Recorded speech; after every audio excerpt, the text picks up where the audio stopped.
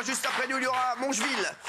Voilà, j'adore, hein, Mongeville, bien sûr. Magellan lundi, mardi, on ne sait pas, mercredi non plus, jeudi. Il n'y a que la vérité qui compte, exactement. Et vendredi, souvent, ma mère sur une commode. Merci. Je l'embrasse, d'ailleurs, j'embrasse ma maman. Merci d'être là, les chéris. Hein, bon, ils sont tous là, ils sont venus. Merci. Il y a Marjo. Comment ça va, Marjolaine?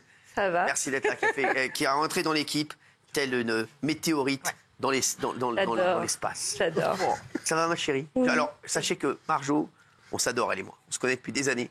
On a plein d'amis en commun. Oui, c'est vrai. C'est incroyable l'impact que vous avez sur mes amis. Ils vous connaissent tous, en fait. Ah oui, bah... Moi, je savais pas que vous étiez aussi populaire, mais en fait... Oui, calmez-vous quand même. Pas démarrer une émission comme ça, c'est bon. C'est bon. Non, vous avez, non, chérie, vous avez, je connais beaucoup de vos copines. Ouais. Alors que j'embrasse. Bah, ouais. Je les embrasse, en tout cas, et merci à elles. Merci. Allez, bon. Comment ça va, vous? Ça va, ça a été? Ça va, votre vie? Vous êtes heureuse? Ça va. Toujours Ça dans va. l'IMO?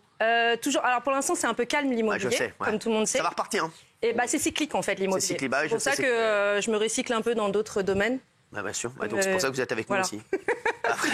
Non, mais ça, vous êtes contente avec nous? Moi, j'adore faire des petites darkas comme ça. J'adore le dimanche. Vous êtes toujours célibataire? Bah, alors, après l'émission, Ah, non, j'ai reçu une centaine voilà. de messages. Eh ben, voilà. Incroyable. Eh ben oui. J'ai jamais été aussi courtisée. Et alors, vous avez trouvé chaussures à votre pied? Bah, j'avais des messages un peu bizarres. Donc, Ah oui, bah c'est Raymond. Ça, c'est Raymond, vous emmerdez pas, c'est Raymond. Non, elle m'a écrit. Je peux raconter. Oui, c'est Elle vrai. m'a écrit. Ah oui? J'étais comme un ouf. J'étais devant la télé. Non, c'est en lui qui pleine- m'a écrit en premier. Non.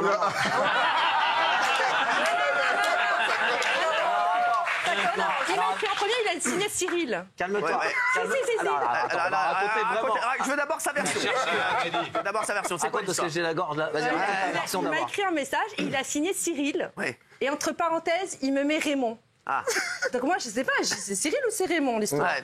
Alors, bah, c'est le problème. Hein. Alors, comment j'ai Et eu tes du coup, j'essaie coordonnées? de le piéger. Comment j'ai eu tes coordonnées? Ah ça, je sais pas. Ah bah si, moi je le sais, c'est là. Tu m'as envoyé par mail, tu pensais...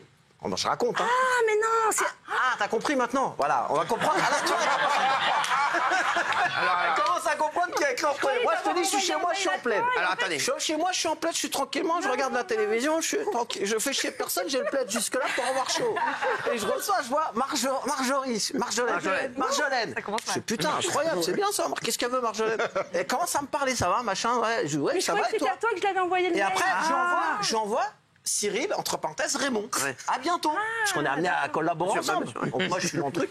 Moi, je suis content quand même. Ça fait plaisir. On est dimanche. Ça pense à moi. C'est toujours sympatoche. Hein, les trucs comme ça te tombe sur la gueule. C'est toujours sympathique. Ouais. Je me lève, je vais faire pipi, je me remets dans le plaid et après, elle me renvoie. Tiens-moi au courant pour les appartes. Non mais attends, c'est quoi ton mail? J'ai Je dit comprends les pas. appartes. Alors, les appartes. Cyril, les appartes. Alors, je crois comprendre. Ça doit pas être moi. Non, mais c'est quoi ton mail? Dis-moi, je ne Parce suis que- pas Cyril Hanouna, je suis Oui, Raymond. mais t'as pas utilisé son mail pour Mais mettre ton mail. non, tu m'as écrit à Mais moi. c'est quoi ton mail? Ton mail Mon mail, moi, c'est Abou Cyril.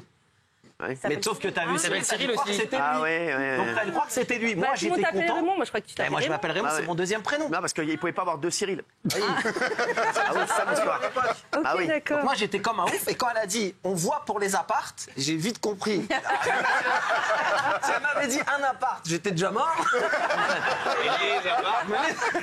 Alors, je vais basculer sur un numéro vert. Tu vas tomber directement sur... Mais moi, vous m'avez pas écrit d'ailleurs, hein, pour les apparts. Ben moi je crois que c'était votre Non, c'est pas mail. moi, les là. apparts. Oui, bah non, là, maintenant, vous savez quoi? Prenez-lui dans un avis. Voilà, merci. Ah, très bien, très bien. Allez, bon. Comme ça, voilà, tout s'arrange. Voilà, tout s'arrange, c'est magnifique. Les chéris, alors, il y a un truc qui cartonne sur les réseaux, c'est de poster une photo que vous n'avez jamais osé poster. Ouais. On avait fait la photo de la ronde la dernière fois, là c'est encore plus. Je vous dis, là vous avez vraiment fait très fort sur les photos que vous nous avez envoyées. Gauthier Lebré, on va démarrer doucement. Vous avez choisi une photo. Alors, c'est une Photo que photo. vous n'avez jamais postée, oui. J'ai pas osé la poster parce que cette photo montre trop d'amour. Trop d'amour, trop de fusion. Oui. Et donc, je la C'est avec trouvais votre femme quasiment. C'est avec votre femme? Je la trouvais quasiment indécente. C'est avec votre femme? Justement, C'est avec c'est pas avec ma Cyril. femme, donc c'est C'est pour avec ça qui? que j'ai pas On voit venir osé beaucoup la à la maison. poster. Oh, j'adore ça. J'adore. Ah, ça fait plaisir de se voir tous les deux comme ça. Ouais, hein. Vous avez vu le regard? Le Ah, regard oui, est ça- fort. Hein. Ah non, non, il y a de l'amour. Il y a un truc. Il y a de l'amour, il y a de la Le passion. regard est très fort. Il y a de la passion, j'adore, merci. Il est chiant. Postez-la quand vous voulez. Très bien. Merci. Ah, Valérie Benaïm. Alors là, Valérie Benaïm, je ne m'attendais pas à ça. Mais c'est une photo que vous m'avez demandé de faire. Ah non, mais Enfin, Valérie. pas à titre personnel. Non, mais Valérie Benaïm, là, alors je vous le dis, elle venait de finir Pessard. Regardez. Non, mais... Eh ouais, Valérie Benaïm, alors là... C'était un défi entre Cyril et moi. Et je lui... Alors voilà, moi j'aimerais bien savoir les gens qui sont derrière dans l'immeuble. Là, je peux vous dire, Vous voulez que je vous dise, ils voient pas que des plateaux. je me suis levée, mais hyper tôt. Il devait être 5h du matin pour être sûr qu'il y ait vraiment personne. Ah, parce que vous imaginez, il y a Benaïm à poil avec des plateaux. Tiens. Ah, tiens, vous, alors lui, il nous a envoyé une photo Tinder de 2h du mat. Lui, en fait, il pense qu'à pécho. Hein. Regardez, il y a la photo qu'il a envoyée. Non, mais bon, genre, t'as pas osé poster ça. Non, mais ça, attends, t'as pas osé poster. Elle est C'est bien, tellement cette ce que je photo, voulais pas faire, moi. Ouais, moi aussi, ça. Mais non, mais c'est la tête que je fais là. Non, mais sérieusement, Chut, oh. j'étais avec un pote qui... Alors d'ailleurs, je sais pas pourquoi ils ont pas pris l'autre photo, qui se prenait pour un balèze.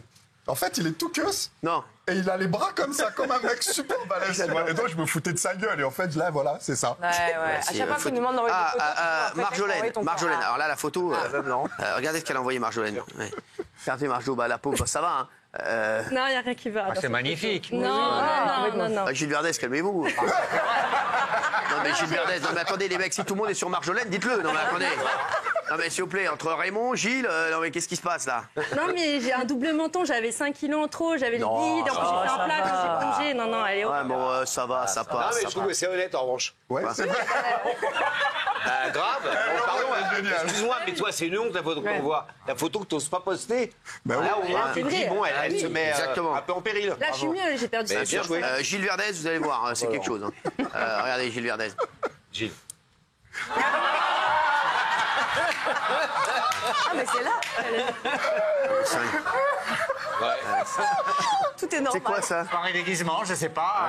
Bah, ça parfois vous une va. perruque, Bah, des je trouve, lunettes. j'aime bien, je trouve qu'il y a un délire. J'aime bien. Juju. Et alors, Juju, franchement, elle est comme. C'est comme Rose, vous, c'est sympa. Bah, Bah quoi, vous êtes très bien c'est là-dessus. une photo officielle, hein. Bah et alors, bah oui, alors, mais ça va. Photo officielle de l'ESSEC. Elle a une sale gueule quand même là. Les mecs, je vais laisser celle de Raymond pour la fin. Vous n'êtes pas drôle. On va faire Polska. Regardez Polska.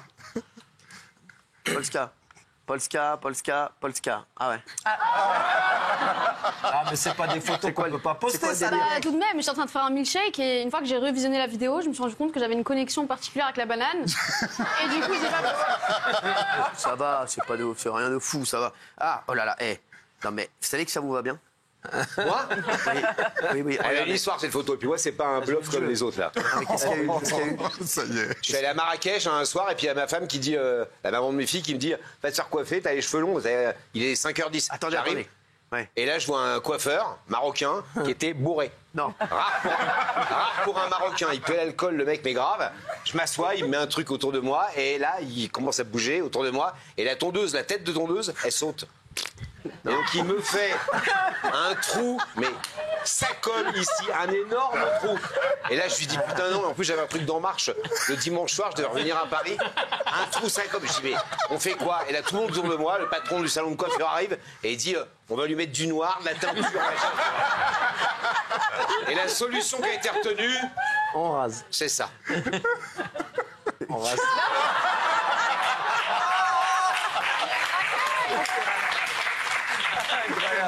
Incroyable. Là, Laurent, là, c'est fort. Énorme. Change un homme, hein. Dirait un militaire. C'est incroyable. Ah, mais c'est ouf. Mais c'est pas si nul. Ouais. C'est pas si nul. Vous aimez bien dans Polska comme ça? Ah, moi, j'aime bien, j'ai une racaille. Ouais. Calme-toi.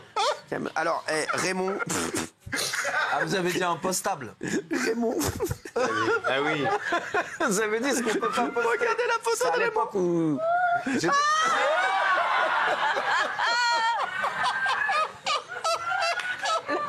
C'est à l'époque où j'étais mannequin. Le stress du mec. On voit tout de suite les cheveux. Sans rigoler. On dirait un truc en confessions intimes. Non, mais c'est incroyable. Ah, la testa, c'est. Le mec, il a du douet. Les cheveux étaient juste posés sur la tête. Hein. Non, mais c'est fou. Non, mais c'était. C'était ta chambre, En plus, j'en avais donné une autre mieux que ça. Ils m'ont tué, là. C'était votre chambre, ça? C'est glauque un peu, hein? Non, c'est pas glauque. C'est T'as sympa. raison, le papier peint, il est déchiré. Une cellule. C'est incroyable. Ça, c'était à Fleury, ça. Merci. J'ai eu une enfance difficile. Allez, merci. En tout cas, vous avez joué le jeu pour la plupart. On va dire. On va passer au face au buzz des chéris. Et je voulais vous parler d'une invention incroyable. C'est Elon Musk qui a récemment dévoilé le Cybercab. C'est un robot taxi qui prend la forme d'un petit coupé électrique avec seulement 2 places et un grand coffre à l'arrière. Regardez, ça c'est magnifique. C'est la technologie, c'est tout ce qu'on aime. Regardez.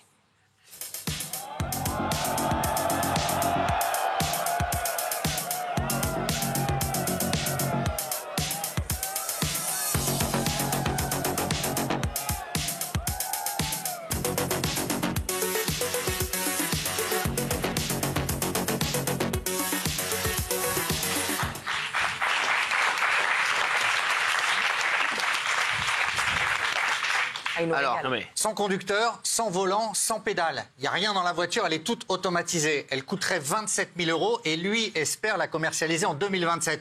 Le problème, c'est qu'il y a 2 concurrents qui ont déjà fait la même chose et ça a été interdit, même à tester, parce qu'il y a eu des accidents mortels. Donc il espère précipiter les tests, mais pour le moment, il n'a pas les autorisations. Mais en montrant qu'elle fonctionne, il espère qu'on va lui donner le droit d'aller plus vite que les autres. Alors, juste, on me dit qu'il y a aussi une pire photo de moi. Oh! Parce que c'est. Je ne sais pas ce qu'ils ont pris. Alors c'est quoi? Je sais pas. C'est la production qui a choisi. C'est quoi le bail? C'est eux qui ont choisi, mais qui sont cons, ça rigolait. Mais à quel moment vous prenez un selfie en tirant la langue? Je sais pas. Dans sa douche. Je sais pas. Franchement, merci les gars, hein, bravo. Je sais même pas d'où ils ont eu ça en plus. Mais je sais à qui, non mais comment ils ont pu se procurer cette photo surtout. Qui vous avez envoyé Oui, donc ça ça veut dire que je l'ai envoyé à quelqu'un de la production. Ouais, c'est ça. J'ai envoyé ça à Kakumbe. Non mais attendez, je demande, parce que j'ai envoyé ça à Kakumbe. Je t'ai envoyé ça? Apparemment, j'ai envoyé ça à Kakumbe, donc il faut quand même... Oui, probablement, donc il faut quand même que je me pose des questions. Hein. Il y a un souci, merci. Parce qu'ils m'écrivent, ils me disent, oui, il faut que tu montres la photo, voilà. Donc je m'attendais à pire. Vous avez vu le Robovan aussi? Le Robovan. Vous avez vu ça ou pas? Oui, il lance toutes les sortes de robots. C'est très beau, le Robovan. Oui. Ça, je rêve de l'avoir, ça. Montrez-le, le robot, là. C'est beau, on dirait un fer à repasser. Non, mais j'adore. Non, mais c'est incroyable, ça. 20 personnes. C'est pas mal. Il y a des fenêtres. Mais ça va, Vous n'auriez pas peur, vous, Cyril? Non. Pas de conducteur, etc. Ça vous... Franchement, non, moi je suis tranquille parce que si je suis avec une personne avec qui je dois pas être, au moins le conducteur peut pas parler. Bah oui, c'est vrai, bah oui. C'est pas mal. Vous, ça vous ferait peur, vous, Polska? Non, pas du tout. Merci, excusez-moi de vous avoir dérangé. Et Cyril, à un moment, on avait dit que toutes ces nouveautés voleraient. Ouais. Et la grande invention là, c'est que ça roule, c'est-à-dire que ça reste sur la terre ferme. À un moment, on disait, vous savez, les taxis volants, etc. Ça va arriver, les taxis volants. Non, mais là C'est juste. déjà arrivé, d'ailleurs. Là, ils veulent prouver que ça peut être totalement autonome, mais sur la terre ferme, au milieu des autres véhicules. Ce serait ça la révolution. Et c'est pas sûr que ça puisse fonctionner, voilà. Moi, j'ai une question con. Oui, bonsoir. Il se passe une défaillance et tu cartonnes avec la voiture, tu fais le constat avec qui? Ouais. Eh ben avec Elon Musk. Il te froisse ta voiture. Qu'est-ce que tu fais? Je pense qu'à terme, sur qui? à terme, on sera quand même beaucoup plus en sécurité avec les voitures qui conduisent toutes seules qu'aujourd'hui avec les humains. Bien sûr. Mais Elon Musk, il y a quand même la fusée qu'il a réussi à refaire venir. Bien sûr, non, il est fort. Il y a les robots, il y a les voitures. Je vais vous dire, Elon Musk est en train de conquérir le monde. On ne va pas se mentir. C'est l'homme le plus riche du monde. Et on l'a su, on nous l'a dit ici. Ça va être l'homme le plus riche du monde de très très loin. Il va atteindre très vite les 1000 milliards de dollars. Donc c'est il a une vision. Il va changer le monde surtout. Bien sûr qu'il est en train de Il est déjà en train de changer le monde. Ah ouais, moi je l'adore. Il faudrait qu'il invente le robot rasoir parce qu'il est souvent mal rasé. C'est rien ça. Franchement, moi je lui pardonne tout. Moi c'est comme à Gauthier Lebret. Était chez le coiffeur à Marrakech. Ouais, c'est vrai. Je suis légitime. Vous avez vu cette affaire? Une étudiante retrouve un scorpion dans ses bottes qu'elle a acheté sur un célèbre site de vente en ligne. C'est en Grande-Bretagne. Regardez. Angoisse. Oh no. Oh. We can give Let's go. Yeah, we got it. Jesus Christ. It's in there. We can give her this minuscule. I don't think she wants the shoes. Oh my days. Il est chaud le scorpion. Il est chaud, le scorpion. Eh, il est gros. Hein. Ouais. Alors elle a retrouvé ça dans une botte. Absolument, elle achète un colis en ligne qui arrive et elle l'ouvre dans des bottes, elle voit le scorpion. Elle a la présence d'esprit de refermer le colis, de le mettre devant chez elle et d'appeler un étudiant qui est spécialiste des animaux pour qu'il lui dise exactement quel est ce scorpion. Alors, il n'est pas mortel pour l'homme, il peut provoquer des allergies. Ouais. Et l'étudiant et elle ont décidé de ne pas le tuer, de ne pas le brutaliser. Ils l'ont remis à un organisme qui peut s'en occuper, etc. Et ça fait peur. Elle a 18 ans, on reçoit ça chez soi, enfin, c'est la panique, quoi. Ah, c'est sûr, mais. Ouais. Vous savez ce qu'il lui a dit le scorpion? Non. I'm still loving you.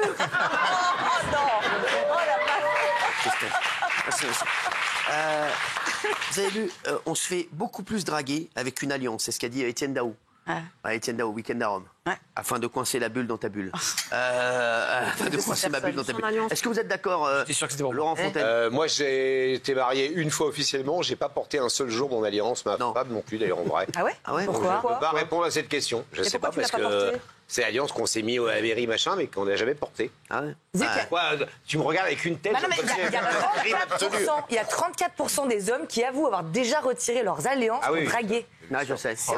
Et il y a 28% des femmes aussi qui l'ont fait. Ah bon? J'ai pas entendu. Voilà, tiens, comme par hasard. Apparemment, j'ai rencontré les 28%. Vous l'avez jamais fait, vous? Non, bien sûr. Par contre, je joue parfois avec. Je l'ai fait tomber tout à l'heure. Enfin, je l'ai fait tomber hier. Tu joues pour pouvoir l'enlever. Non, je vous jure que non. Est-ce que vous faites plus draguer depuis que vous avez une alliance?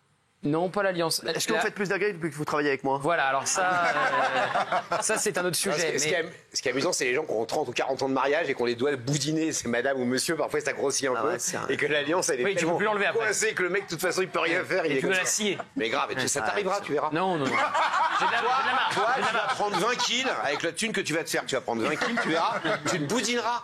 Merci Laurent pour... C'est la chanson de la Rousseau. C'est la chanson de la Rousseau. Tu boudineras. Et donc, non, vous faites pas ça. Vous sentez que vous avez plus de succès avec les femmes? Non, mais c'est toujours pareil, quand vous avez une petite notoriété... Non. Et quand vous faites ça, regardez Gilles Verdez.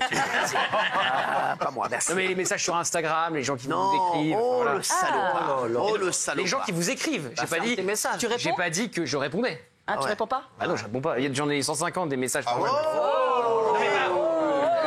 De femmes, tout confondu. Tout confondu. Alors, justement, j'ai le classement des pays les plus actifs au lit. Eh bien, écoutez, je ne savais pas, mais... C'est le Togo. Une fois de plus, non, c'est pas le Togo. Moyenne des rapports sexuels par an et par personne dans le monde, en 6e, c'est la Hongrie. 5e, Brésil. 4e, Grèce. 3e, France. 2e, Russie. Et j'ai toujours dit, et vous le savez, on m'avait toujours dit que j'ai une âme d'Américain. Bah, c'est les États-Unis. Ah oui, 132 rapports par an. Les États-Unis, donc, ouais. Et sachez que moi, voilà, et je me suis toujours senti américain. Moi. Non, mais c'est vrai. 132 rapports par an, ça veut dire un tous les 3 jours. Un tous les 3 jours. Gilles Verdez, bien entendu, vous n'êtes pas dans ce classement. Non, voilà. C'est 121 en France. C'est énorme, ça. 121, c'est un tous les 3 jours vraiment en France. Ah oui, j'aurais jamais pensé que c'était... Quand vous faites ça, c'est pas vous, c'est pas votre moyenne. Non, j'ai pas dit ça, je personnalise pas. Non, mais si, c'est quoi? C'est un tous les 3 mois? Pourquoi vous dites ça? Non, c'est beaucoup plus fréquent. Je suis dans l'excellente moyenne. J'ai une âme de russe. Vous êtes malgache. Vous êtes Merci. À 10 rapports par an. Après, c'est combien de temps ça dure?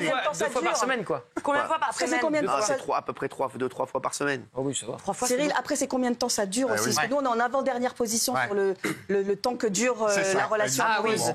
14 minutes seulement. 14 minutes seulement. C'est le Nigeria qui est en tête de la durée. Je sais, mais moi, je suis américo-nigérian. Je suis américo-nigérian. Non, mais c'est vrai, je suis américo-nigérian depuis. Ma mère est nigériane, mon père est américain. Forcément, ça donne cet adage. Non, mais voilà, cet attelage plutôt. Oui, voilà. Valérie Benaïmpou, Patoche, c'est. Pardon. Patoche, c'est de quelle nationalité? Parce qu'il paraît que non, mais il est de quelle région? Il est. Non, mais la région de France. De France, il est Bretagne. Ah bah Bretagne, c'est 2 minutes. Je connais. C'est comme un palais pour le manger, un palais breton. Non mais c'est vrai, je me dis, bah oui. Non, on embrasse tous les Bretons qui nous regardent, bien entendu. Non mais c'est vrai. Bah, et l'autre, il est. Merci. Vous êtes de quelle origine? Togo. Togo, alors à Togo, c'est pas. Alors justement, vous avez vu ce qu'il dit, hein. Ils disent quoi? Ce sont les Nigérians qui prennent le plus leur temps avec une moyenne de 24 minutes par rapport au Togo. Non mais les Togolais qui sont à 2 minutes 40. Avec la douche. C'est fou, hein, merci. Bonsoir. Marjolaine, qu'est-ce que vous pensez de moi, il me reste 2 mois et demi pour rattraper les 119 fois qui me manquent. Eh ben, je vais vous dire, vous savez quoi? Vous avancez bien déjà, vous avez les coordonnées de Raymond. Donc il faut que je fasse une fois et demie par jour. Quoi? Pour rattraper. Il faut que je fasse une fois et demie par jour pour rattraper les 119 fois qui me Alors, manquent sur les une comptes. fois, on peut le faire, et demi, il faudra attendre Fabien Lecun.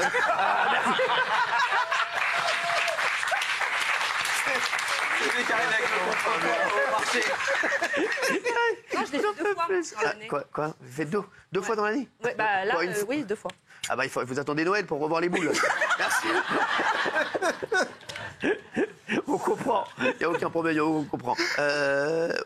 Bonsoir. Mais la durée en France, c'est 14 minutes, la durée moyenne.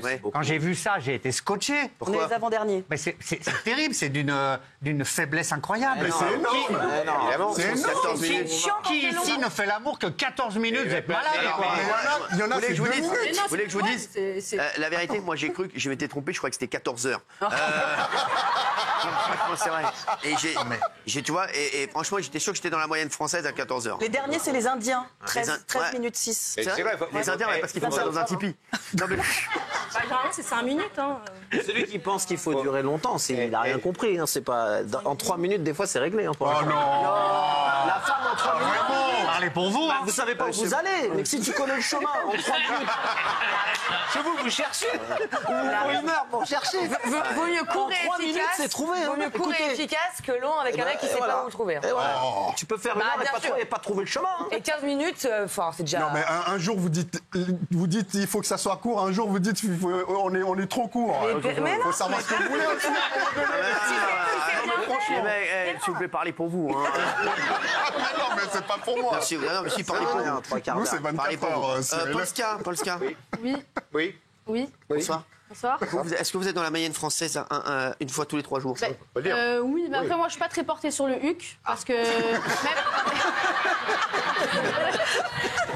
Non, mais dites-vous, moi, j'ai une particularité, c'est que même avant, quand j'étais célibataire, j'avais pas des sex friends, j'avais des affection friends. C'est-à-dire que je voyais des mecs pour faire des câlins, mais le HUC, je m'en fous, genre. Ah, c'est vrai? Ouais. Vous avez raison de ne pas prendre le numéro de Raymond, alors. T'as vu quoi, elle est sur mes côtes, là.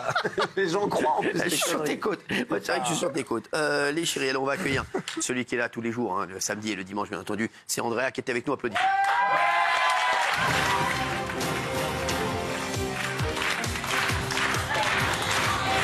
Bonsoir. Bonsoir tout le monde. Bonsoir. Ça va? Ah, merci. Je suis content de te voir. Moi aussi. Merci. On y va? Salut. Eh ben, allez, c'est parti. Allez, cette semaine, il y avait presque plus de place dans le studio de France Bleu. Décidément, faut vraiment faire gaffe à qui on reçoit. Le vice-président de la métropole du Grand Paris, également maire du 17e arrondissement. Bonjour Geoffroy Boulard. Bonjour. Avant toute chose, ça, nos ça auditeurs dépasse, sont peut-être hein. un peu perdus. Même si on a l'habitude des interviews, les politiques disent bonjour en 2 secondes. Bonjour David Amiel. Bonjour Bruno Retailleau, bonjour. Bonjour Julien Arnaud. Bonjour Olivier Faure. Bonjour. Eh ben, l'écolo Marine Tondelier vient de rentrer dans le Guinness des records du bonjour le plus long du monde.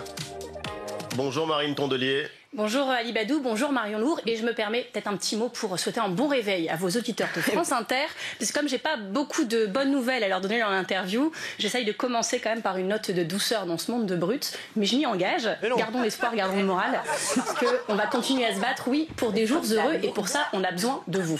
Enfin, donc pour contrebalancer, on a eu droit à l'interview la plus courte du monde, signée le ministre de la Justice, Didier Migaud. Serez-vous, Didier Migaud, le garde des Sceaux d'une justice au rabais? Non. Merci, bonne journée à vous. Allez, la température est montée sur RFI avec un jingle digne du téléphone rose, c'est sans trucage. Tu veux rencontrer des femmes chaudes de ta région? Envoie hot au 69 39. L'atelier politique avec Frédéric Rivière. Un peu bizarre, Sandrine Rousseau qui était donc l'invitée, les questions n'étaient pas moins cheloues. Sandrine Rousseau, quel est votre outil préféré? Je crois que je vais répondre à un pinceau. Ok. Ouais, bizarre. Et enfin, je parle jamais de moi, mais mon enfance c'était jouer, regarder des dessins animés, manger des bonbons, kiffer devant un bon jeu vidéo. Et ben apparemment, on n'a pas eu la même enfance avec le ministre des Armées Sébastien Lecornu. Globalement, mon enfance, c'est la dissolution du pacte de Varsovie, le lendemain de la chute du mur de Berlin, des guerres plutôt régionales, les Balkans et surtout le terrorisme. Ah ouais, non, c'est... Ah ouais, là... Pas folle l'enfance. Quand même. Bon, sinon ça va, vous êtes bien au chaud? On est toujours au chaud. Cette semaine, plusieurs régions faisaient face à des inondations. oui, les pauvres, et il y a 2-3 journalistes qui ne pouvaient pas en dire autant que vous, tiens. Christophe Napoli, vous êtes à Nice. Des mesures très strictes ont été prises. Camille, quelle est la situation actuellement là où vous vous trouvez? Rande Noiret, quelle est la situation? On voit à l'état de votre parapluie que ça souffle fort. Et tiens, les journalistes prêts à tout pour rapporter des images jusqu'à ne pas être hyper cohérents avec leurs propres consignes. La préfecture invite le plus possible à limiter ses déplacements et à éviter les zones inondables. Et là, vous êtes? Je suis dehors. Alors forcément, on a eu droit à plein de questions cons, même les sinistrés étaient dépités. Dans quel état d'esprit vous êtes aujourd'hui? Bah, pas terrible. Là, on est dans quel état d'esprit ce matin, Jean-Michel? Dépité. Comment ça s'est passé la nuit? La nuit fut très courte. C'est préoccupant cette situation. Non. Oui, c'est préoccupant. Gérard, d'habitude, le cours d'eau, il est beaucoup plus loin. Ah ouais? Oui, tout à fait. Mais face à ces questions cons, une voix s'est élevée. Merci Geneviève. Qu'est-ce que vous comptez faire maintenant? À part nettoyer, que voulez-vous que je fasse? BFM qui était dans les starting blocks, sauf qu'ils ont tellement envoyé de gens sur le terrain qu'il n'y avait plus grand monde pour gérer les galères. Avec des pluies qui là aussi vont se prolonger tout au long de la journée. Et on a perdu Cédric Fesch. Ah tiens, et enfin imaginez votre ville est sous l'eau, il fait nuit, il fait froid. En plus il y a BFM qui rôde et le pire vous arrive en direct. Quelques personnes qui tentent de la traverser tant que possible, mais... Oula,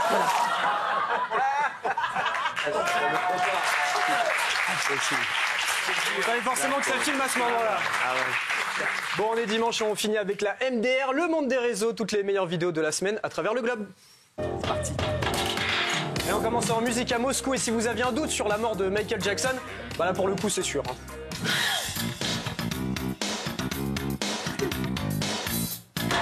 Allez, bon courage à ce papy qui a osé prendre un autre bébé dans ses bras à Columbia.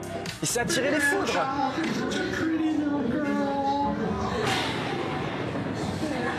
Un peu possessive. Franchement, je sais pas si ce mec a croisé la route d'un chat noir à Lamia, mais en tout cas, c'était pas sa journée.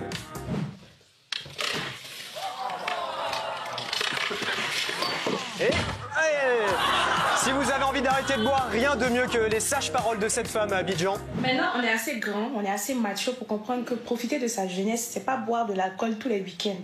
Vous devez aussi boire dans la semaine, lundi, mardi, mercredi, jeudi. Et en parlant de boire, j'ai jamais vu quelqu'un aussi concentré que Papy à table pour sauver son soldat.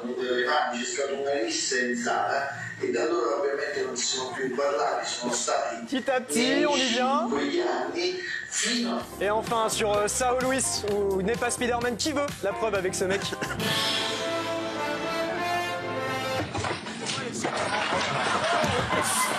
Un peu plus compliqué que dans les films. À la semaine prochaine. Bravo, bisous. Bravo, mon bébé. Ah là là là. J'adore.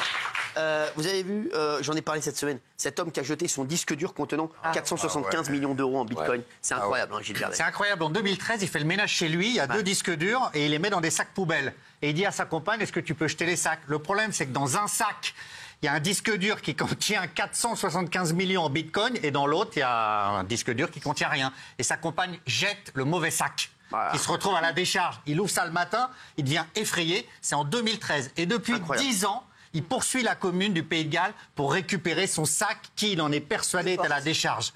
Alors il a proposé de s'associer à la commune, il a proposé de donner 10% à des experts qui vont l'aider, mais la commune, au nom de problèmes environnementaux, refuse de lui laisser accéder au site. Donc il y a peut-être 500 millions dont il estime que ça va devenir au moins 1 milliard, tellement le bitcoin prend de la valeur. Et la commune dit dans si une on les poubelle. retrouve, on sera les propriétaires légaux du disque. Exactement. C'est incroyable. Mais moi, j'y connaissais rien, mais je pensais que les bitcoins c'était en ligne. Je savais même pas que c'était. Non, il y a des codes. Physique. Il y a des codes. Il y a une phrase de récupération. Non, mais je sais. Et du coup, il a perdu quoi? 475 000. Oui, mais il a perdu les codes d'accès. Faut m'expliquer. D'accord. Perdu les codes. C'est quoi le truc le plus grave, le plus important que vous ayez perdu, vous, à part vos clés? Non, ça, à part. À part quoi? Bah, vous, ce serait moi, si vous. Ah, bah, ça. Mais je vous ai pas encore perdu, donc. Non, justement, Mario Catastrophe. Si un jour vous perdiez mon amitié, Ouf. Là, oui. Je vivrais très mal. Ouais, ça vous coûterait plus cher que 485 millions d'euros. Plus les séances chez le psy pour me remettre d'une telle séparation. Il est fort. Oui, ça serait un panier sans fond. Gilles Verdez. Moi, ça a failli être J'avais offert à Fatou une parure que j'avais achetée à l'étranger. Et il y avait notamment des boucles d'oreilles. Et il y a une boucle d'oreille, quand elle a pris sa douche, elle les avait gardées, qui est partie dans les canalisations. Non. Si, et j'ai réussi à bloquer l'eau de toute la copropriété. Et j'ai réussi à accéder après, par la cour, j'ai réussi à accéder aux canalisations et à... Vas-y, excuse-moi, mais on s'en fout. Pardon, je parle au nom de tout le monde, mais c'est le truc le plus grave que t'aies perdu, une boucle d'oreille de ta femme. T'as perdu quoi, toi, connard?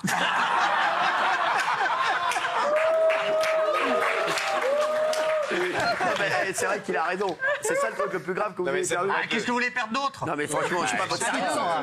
Non mais franchement, quoi, c'est ça. Racontez vos anecdotes, allez-y. Vous avez perdu quoi? Alors moi, j'ai pas perdu. Ah ben voilà, rien perdu. Bataille et Fontaine, t'as perdu quoi? Attends, elle a pas fini. Valérie. Non, j'ai rien perdu de grande valeur. En revanche, on m'a volé dans mon portefeuille, enfin mon portefeuille, et dans mon portefeuille, il y avait une pièce qui vaut rien, qui coûte $1 aux États-Unis, que mon père m'avait ramené d'un voyage et qui était une pièce symbolique de l'Empire State Building, peu importe. Mais j'avais 8 ans, cette pièce, je l'ai gardée jusqu'à mes 40 ans, et on me l'a volée à 40 ans. Et pour moi, c'était le porte-bonheur de mon père que j'avais avec moi. Et ça m'a brisé le cœur. Alors que ça vaut rien. Ça, c'est pas la boucle d'oreille fantaisie de ta femme. T'as coupé toute l'électricité. Non mais c'est vrai, il a raison. Elle coûtait tout le monde pour une Elle coûtait combien cette boucle d'oreille, sans rigoler? Et 15 balles. Combien cette boucle d'oreille? 15 balles.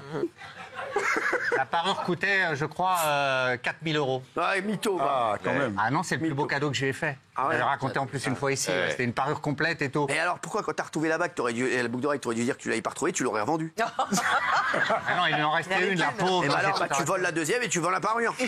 C'est une belle histoire d'amour de me précipiter. Non, moi, un mec qui va dans les chiottes pour aller retrouver la boucle d'oreille de sa femme, non, c'est pas une belle histoire. Non, je suis désolé, non, je suis désolé. Non, c'est quoi, toi, t'as perdu quoi, toi? Moi, j'ai perdu un truc, mais ça va te plier, tu vas voir. Moi, quand mon père est mort, je suis rentré dans son appartement et il y avait une petite boîte dans laquelle il avait mis des trèfles à 4 feuilles qu'il avait récupérées sur du scotch, je sais pas qui lui avait filé ça ou je sais pas quoi. Et j'ai pris cette boîte symboliquement. C'était en 2001, donc toi, c'était il y a longtemps. Je commençais la télé, c'était un truc fort. Et en fait, un jour, j'ai déménagé et j'ai perdu cette petite boîte en bois. Et donc, j'ai perdu pas une demi-boucle d'oreille. Ah, je suis scotché. C'est pas possible. Oh, c'est épouvantable. Il a perdu un trèfle à 4 feuilles, le gars. Oh, putain.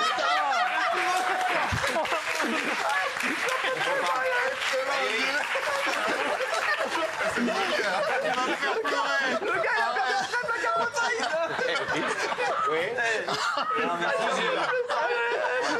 C'était comme un mini herbier, je me rappelle. Oh, mon pauvre. Oh, c'est triste, putain. Ouais. Tu t'en es remis ou pas? Raymond. On n'est pas gentil. Moi, c'est entre les deux. On avait une rose dans une boîte scotchée. Non, moi c'est très nul, mais c'était très sentimental. C'était un maillot que Georges Weah m'avait offert. Ah ouais. Au PSG à ouais. l'époque. Et j'avais toujours dit que j'avais gardé. Et entre 2 déménagements, j'arrive pas à remettre la main sur ce maillot. Je pense que je sais pas ce qui s'est passé. Ouais. Je sais pas pourquoi je retrouve ce putain. Moi, je fais toujours un rêve. Je vous jure que c'est vrai. Je fais un rêve. Je vous jure que c'est vrai. Je le dis. Je fais un rêve que j'ai des voitures. Que j'ai des... Non mais c'est pas une vanne. C'est pas une vanne. Je vous jure que c'est vrai. Et je fais ce rêve que en fait, je ne sais plus où j'ai garé mes voitures. Et genre, je perds 2 ou 3 voitures. Ouais. Et donc, je me réveille le matin, je suis en eau. Ouais. Je dis, où sont les voitures? Il vous en reste quand même 18. Non, mais c'est pas une vanne. C'est pas une vanne. Et des voitures même que j'ai pas. Des voitures, voilà. Oui, bien sûr. Ah, oui, bah, je vous le dis, Gilles Verdez. Ça, c'est grave. Allez, trèfle à 4 feuilles. Monsieur, oui, vous. Rien, vous. Si, alors quand j'étais petit, j'ai perdu mon doudou dans un taxi avec ma grand-mère. Non, arrêtez. Arrêtez avec vos histoires, c'est trop bouleversant. J'ai mis des mois à m'en remettre. Vous voulez le doudou? Quand j'étais petit dans un taxi. Moi, je raconte plus l'anecdote, je suis ridicule avec le truc. Non, et sinon, le pire que j'ai fait au niveau des clés, c'est que j'ai cassé ma clé dans ma serrure. Et donc, j'ai perdu ma clé, mais surtout, je suis resté enfermé chez moi, dans mon propre domicile. Et je devais aller en plus à CNews sur un plateau, et je suis arrivé arrivé en retard parce qu'il a fallu que je me fasse débloquer. J'étais enfermé chez moi. Gilles. Oh, mais non, mais c'est atterrant. Il vous est pas arrivé, c'est faux. C'est pas possible que ce soit vrai. Si, si. Il est resté enfermé chez lui, tu te rends compte? Vous, Polska. Moi, en fait, c'est une anecdote dans le même délire que Gilles. Du coup, j'ai peur de toi. Mais non, vas-y. J'ai peur de toi. Au point où on en est. Ok, en fait, c'était donc une bague offerte par mon mec. Et je l'ai perdue. Et du coup, j'avais tellement peur de sa réaction que j'ai racheté la même. Ensuite, j'ai retrouvé l'autre. Non. Du coup, j'ai jeté la première et j'ai gardé la deuxième. Pourquoi vous l'avez jeté? Bah, je paniquais que j'ai découvert la supercherie. Non. Voilà. Ah ouais. Gilles, Faut la donner. je préférais les trèfles à 4 feuilles encore.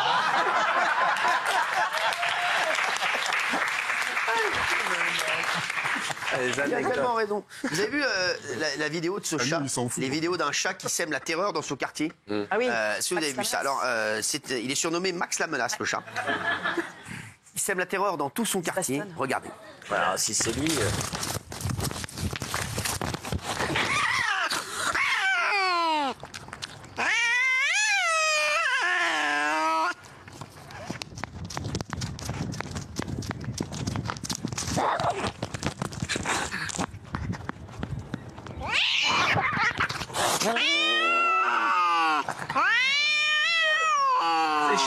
C'est Chanouna.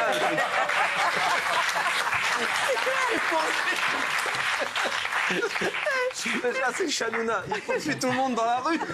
Il course tous les chats. C'est Chanouna, il est con. Une caméra autour du cou. Il met tout le monde à l'amende. Ah oui, il est vénère. Tout le monde à l'amende. Ah, sans rigoler. Ah ouais, faut pas rigoler. Non, mais vous êtes déjà fait attaquer, vous, par un animal? Non, franchement. Des serpents, moi. Quoi? Ah, vous êtes vraiment fait? Ah oui, c'est vrai, il fait à tout. 3 fois. J'en fais à 3 victoires contre des serpents, 0 défaite. Ah bah quand même. Un mamba vert, un mamba noir, une vipère. Ah oui. 3 victoires. Et là, moi qui aime les animaux, je reconnais. Vous êtes sûr que c'était des serpents, c'était pas des ex... non, des ex-femmes qui avaient leur amant à la maison? Non. Ah oui, je me rappelle quand il y en a un qui est tombé de l'arbre. Ah, les deux mambas qui tombent de l'arbre, c'est terrifiant. Et la vipère, elle attaque ma mère. Et là, je reconnais, j'ai fait une erreur. A attaqué votre mère. Dans la merde. Et ma mère a paniqué, j'y étais là heureusement. Et là, je suis pas fier du tout, mais j'ai tué la vipère. Ah ouais, comment vous avez fait pour tuer la vipère? Coup de bâton. Ma mère était paniquée. Quoi, elle est morte d'un coup de bâton, la vipère? De plusieurs coups de bâton, je l'ai neutralisée dans un coin, plusieurs coups de bâton, etc. Ah ouais. Ma mère était paniquée, mais il ne faut pas faire ça avec les animaux. Mais je comprends pas, votre mère, elle habite où? En région parisienne. Et en région parisienne, il y a des vipères en ce moment? moment? Bien sûr. Elle habite à côté de Champs, il y a des vipères. Ses voisins en ont eu aussi, bien sûr. Ouais. C'était il y a 1 an et demi, je crois, bien entendu. Des vipères en région parisienne? Oui. Ah, il y a des vipères en région parisienne. La seule vipère que je connais, moi, en région parisienne, c'est Benaïm. Non, C'est sur ma gueule. Une balle perdue, c'est comme ça. C'est pour vous. Benaïm, elle s'est fait morte par un chien, je me rappelle. Attaqué par un chat par derrière. Ah, par un chat par derrière, exactement. Ouais. J'étais chez le vétérinaire. Il y a un chat qui lui a attaqué, qui lui a... Non, mais vous rigolez, mais il a... Alors, j'explique. Ça a grippé à vos fesses comme la misère sur le mou. Exactement. Non, mais c'est vrai. J'étais avec mon chien chez le vétérinaire et ce vétérinaire très sympathique recueillait les chats errants du quartier. Et au fur et à mesure, il s'habitue aux autres animaux. Sauf que là, il venait de recueillir le chat quelques heures auparavant. Donc, il n'avait pas le temps de faire copain avec les autres animaux. J'arrive avec mon chien. Le chat était en haut d'une armoire. Je ne l'avais pas vu. Il voit le chien. Les deux se jettent l'un sur l'autre. Et donc, le chat, dans la baston, en fait, s'accroche à moi et me plante ses griffes dans mes fesses et puis ensuite dans mon truc, dans mon mollet. Ouais. Et à travers le jean, il m'a fait saigner. Vous imaginez Valérie Benaïm quand elle est rentrée voir son mec? C'est un chat, ça. Bien sûr. Fous-toi de ma gueule. Hein? Ça, c'est un chat, ça. Benaïm, les griffures dans tes fesses, c'est un chat, mais bien sûr, fous-toi de ma gueule. Continue à te foutre de ma gueule, va. Continue à te foutre de ma gueule, ça ne durera pas. Non, mais c'est vrai. T'imagines, elle arrive avec son mec, ça, c'est un chat, ça. Oui, bien sûr. Fous-toi de ma gueule. Fous-toi de ma gueule. Dans un instant, Sébi Dadier et Ilan Castronovo seront avec nous. Vous avez vu cette histoire? 2 influenceurs s'affrontent dans un combat de MMA pour 1 million d'euros. On va en parler dans un instant, ils seront avec nous. On aura Tony Vérel. Énorme joueur de foot. Je l'adore, Tony Vérel. C'est un des joueurs que je préfère. Et c'est vrai que c'est international de l'équipe de France. 8 fois. Carrière internationale. Il va nous raconter son histoire de la gloire à la prison. C'est un truc de fou. L'histoire de Tony. Qui est encore bien récente. Exactement, qui est bien récente. Et Tony sera avec nous. Je suis très heureux de le voir aujourd'hui. Et alors, restez avec nous. C'est sa première télé en France. Elle vient aujourd'hui, la femme chat. Vous inquiétez pas, elle va pas vous sauter sur les fesses. Elle va témoigner pour la première fois à la télévision française sur Face à nous, la baronne Jocelyne Wildenstein. Alors, c'est vraiment un événement qu'elle soit avec nous. Vous allez voir, son histoire est folle et vous allez voir, elle est incroyable. Même physiquement, c'est fou. Elle sera avec nous, c'est sa seule et unique télé en France. Merci d'être avec nous. C'est Face à Hanouna. Dans un instant, Tony Vérel sera avec nous. De la gloire à la prison, l'incroyable histoire de Tony Vérel, ancien international de foot, il sera avec nous dans quelques minutes. Et on aura Jocelyne Wildenstein, celle qu'on surnomme la femme chat, qui témoigne pour la première fois à la télévision française sur Face à Hanouna. Pour le moment, on est avec Ilan Castronovo. Merci Ilan d'être avec nous. Merci, ça va bien? Ouais, ça va. Ma boucle à veste. Hein, merci. Bon délire. Ouais, ça pourrait être votre style de veste. Ouais, j'aime bien les vestes croisées. Ouais. Gauthier Lebré, il adore. Ouais, j'aime bien. Ouais, j'aime bien. Ah, il aime bien. Et Sebi Dadi est avec nous. C'est la première fois que vous venez, non? Ouais, c'est la première fois. C'est la première fois. Parce qu'Ilan, il vient souvent nous voir, mais vous, c'est la première fois. Ouais, moi, c'est la première fois et franchement, il est beau le plateau. Hein, il est beau, il est à vendre, hein, si vous voulez. Tout doit disparaître. Tout doit disparaître. Si vous voulez faire une offre, c'est maintenant. On peut signer on signe maintenant en février, à vous. Hein. Merci. Merci, Sebi Dadi. Merci, Ilan, d'être avec nous. Alors, on va raconter cette histoire. Alors, vous êtes deux influenceurs très connus. Moi, les deux, je le dis, mine de rien, voilà, ils me font marrer. Voilà, je le dis, moi, ça, après, voilà.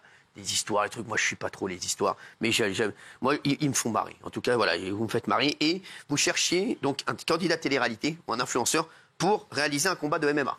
Donc vous avez laissé une vidéo sur Insta, regardez. Il y a un mec de télé-réalité ou un influenceur, Nicolas Lozina, Julien Bert, Ilan, quelqu'un qui veut m'affronter en MMA.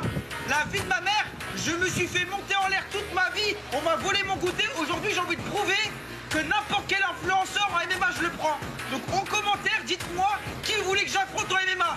J'attends vos commentaires, les frères, dépêchez-vous. Alors, donc ça, c'était la vidéo. Donc vous êtes fait voler votre goûter. Alors, on va expliquer. Sebi Dadi, c'est vrai qu'il vous faisiez beaucoup vanner, etc. Par les autres influenceurs, etc. C'est vrai. Et en fait, j'en avais marre qu'on me prenait pour un bouffon quand j'étais petit, etc. Et c'est que toute ma carrière de télé-réalité, on m'a pris pour le petit fragile, petit bab tout blanc. Et là, je me suis dit, je suis parti en Espagne. J'ai pris un coach de sport qui est Rob Transformer, qui est un coach de sport qui est super fort pour la prise de masse. J'ai pris 15 kilos de muscles.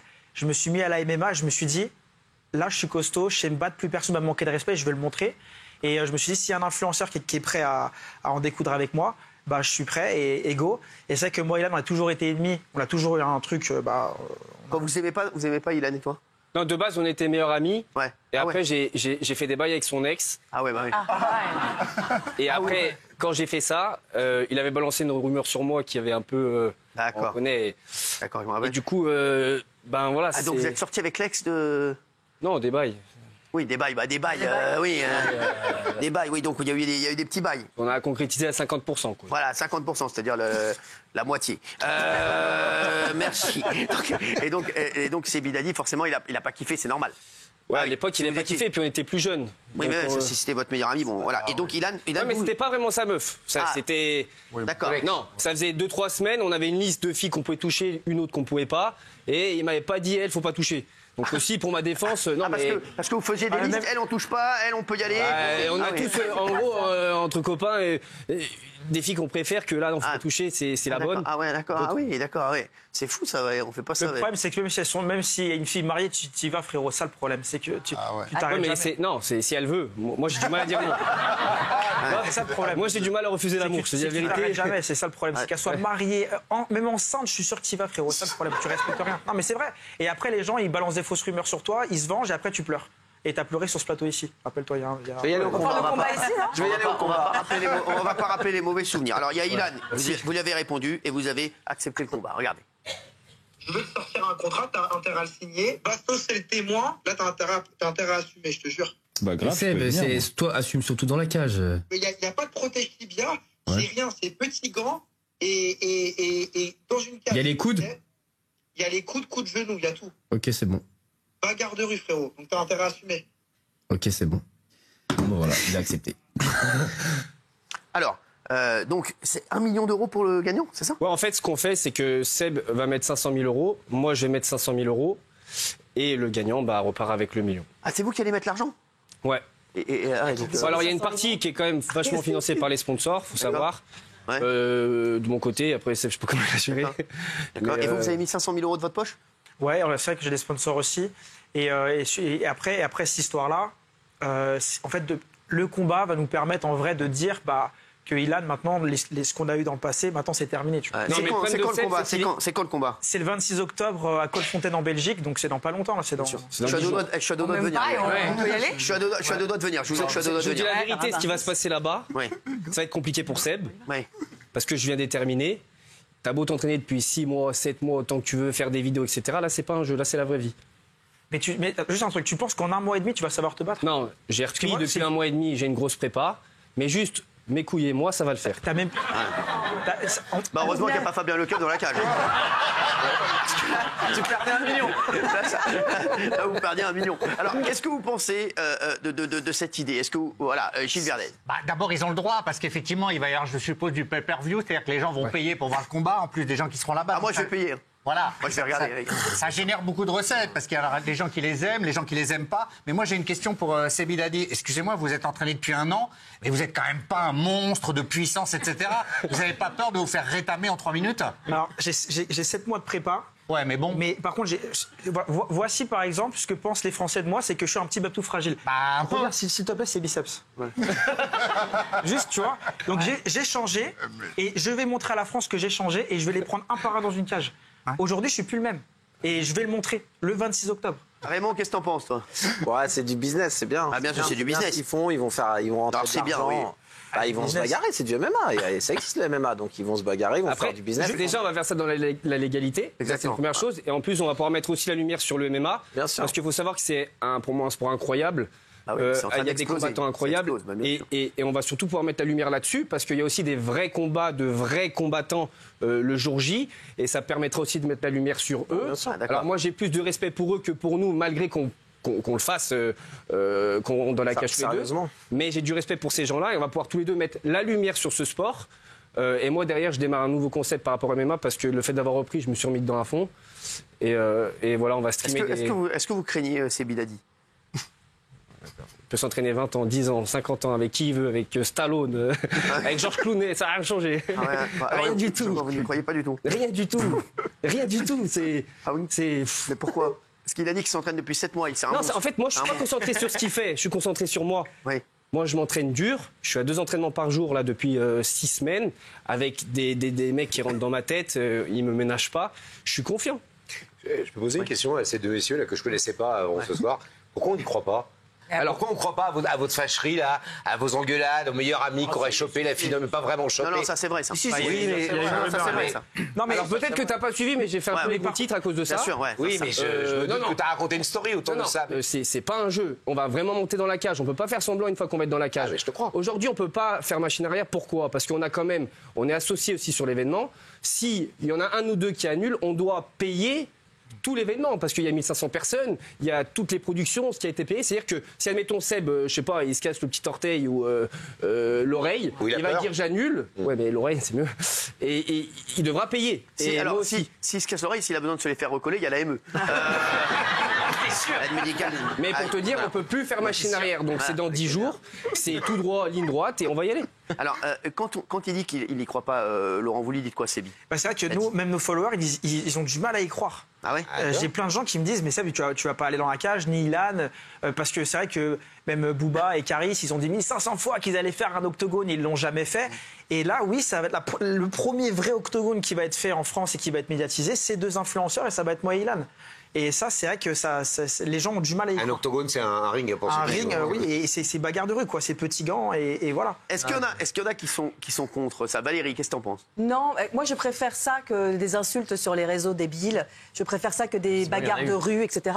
Là, c'est cadré, c'est un spectacle. Vous allez faire un spectacle, vous allez gagner moi, je vais venir, de l'argent éventuellement. Enfin, viens t'inviter, première loge. Je suis chaud. Franchement, j'ai envie de venir, je te jure. J'ai vraiment envie de venir, les gars. Mais vraiment. Non, mais on y va. On se retient, Seb et moi, parce qu'on se taquine fort sur les réseaux. On se retient de ne pas être dans la vulgarité pour pas donner un mauvais exemple, même si parfois j'ai envie d'être vulgaire. On se retient vraiment, essayer de donner le bon exemple. Mais ça reste quand même du spectacle. Mais le jour J, ça sera quand même la réalité. D'accord, Sébi, qu'est-ce que c'est le bon exemple que de pécho la meuf de ton pote, toi? Sébi, je vais pas parler, ça peut se reproduire à tout moment. D'ailleurs, je suis en train de parler à son ex là. Ah d'accord, ah oui. Ah bah vous lui annoncez déjà, oui. Sébi, est-ce que toi, j'ai l'impression que t'as moins de haine contre Ilan que la réciproque.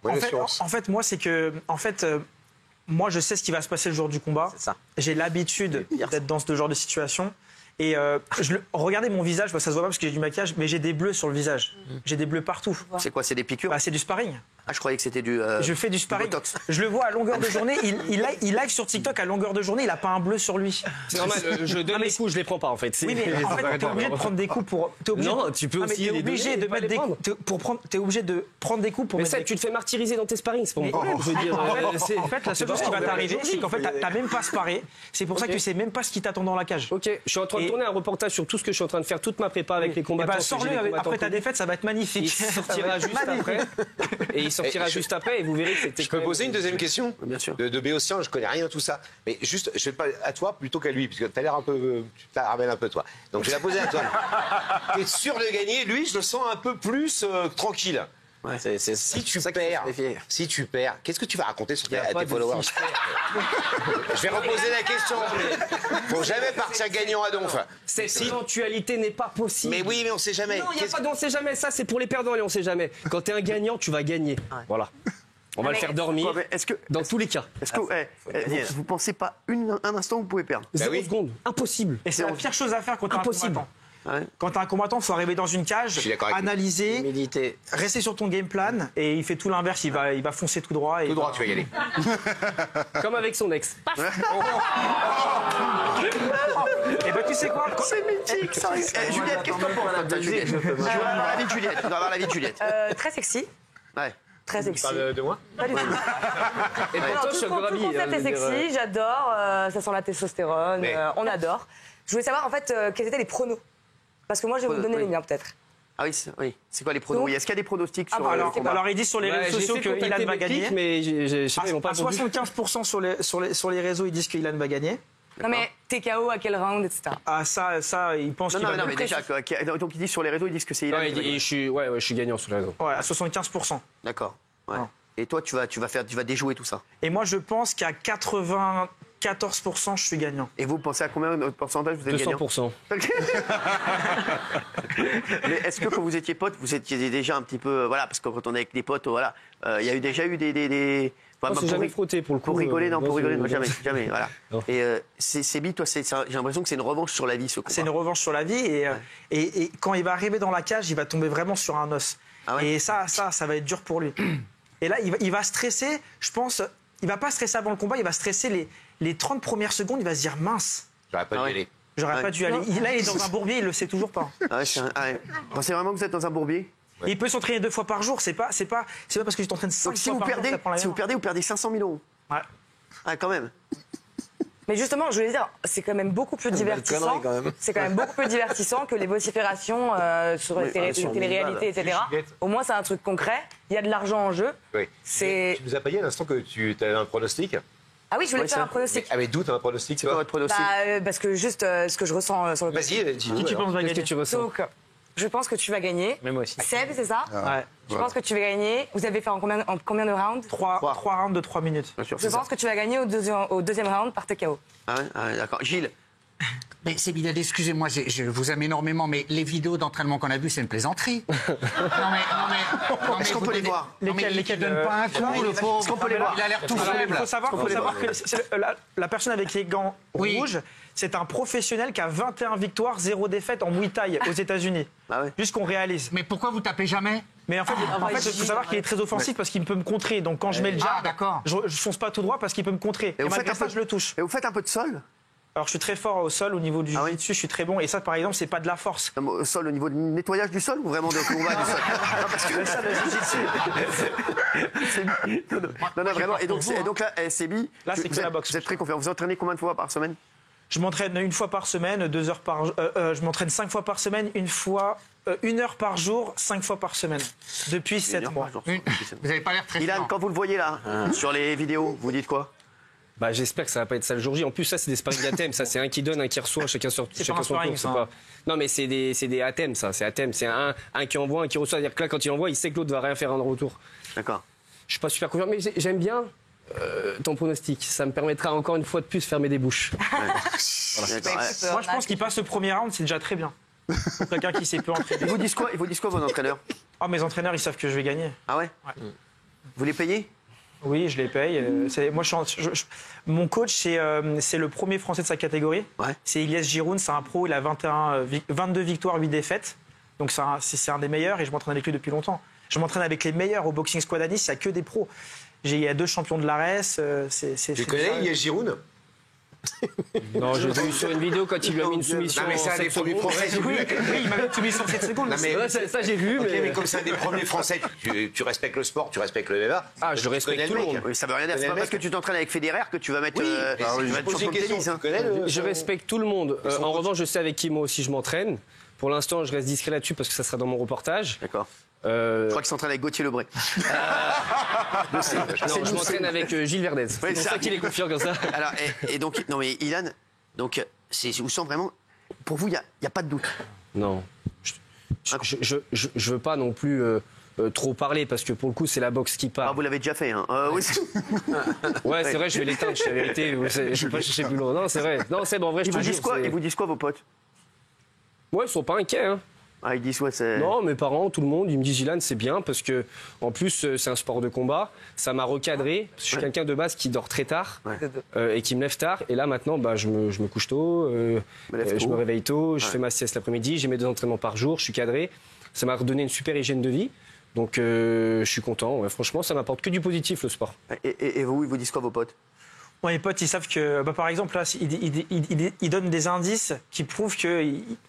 Il est pas prêt. Il dit moi la boxe parce qu'il fait que de la boxe en fait. Là, il s'entraîne que à la boxe. Arrête de dire ce que je fais. Tu sais pas. Mais si, je sais. Même mes parents ils savent pas ce que je fais. Et c'est lui qui va me dire ce que je fais. J'ai rien filmé, j'ai rien montré, j'ai rien dit. Je ne parle pas de boxe. Et la boxe MMA, c'est pas pareil que de la boxe anglaise. C'est un proverbe.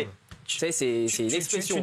Tu sais pas ce que je fais. Tu verras le jour J. La boxe, déjà, MMA et la boxe anglaise, ça n'a rien à voir. Tu fais de la boxe toute la journée et tu vas te faire. T'essaies de te rassurer. Mixed martial art. Concentre-toi sur ce que tu fais, toi. Moi, je suis très concentré sur moi. Oui, fais pas de boxe, fais de la MMA. Pas de la boxe. La MMA de la science. Oui, bonjour. Vu que le but final, c'est quand même la réconciliation, est-ce que vous aurez. C'est surtout les 500 000 euros. La réconciliation. J'ai entendu ce qu'ils ont dit tout à l'heure. Est-ce que vous c'est aurez surtout la la victoire 500 bars, je le réconcilie pas. Est-ce que vous aurez la victoire modeste ou est-ce que vous allez continuer à humilier l'autre, celui qui gagne humiliera l'autre jusqu'à. Non, moi je l'éteins lui, je passe à quelqu'un d'autre après, c'est bon. D'accord. Et vous? Moi, je pense que si je bats Ilan, je passerai à quelqu'un d'autre aussi, ouais.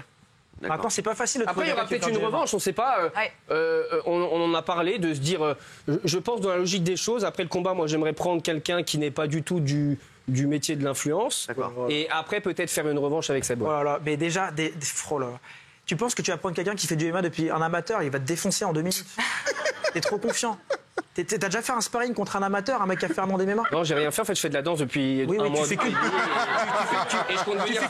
dans la cage. Tu fais que la boxe avec ton coach en prof particulier. Voilà.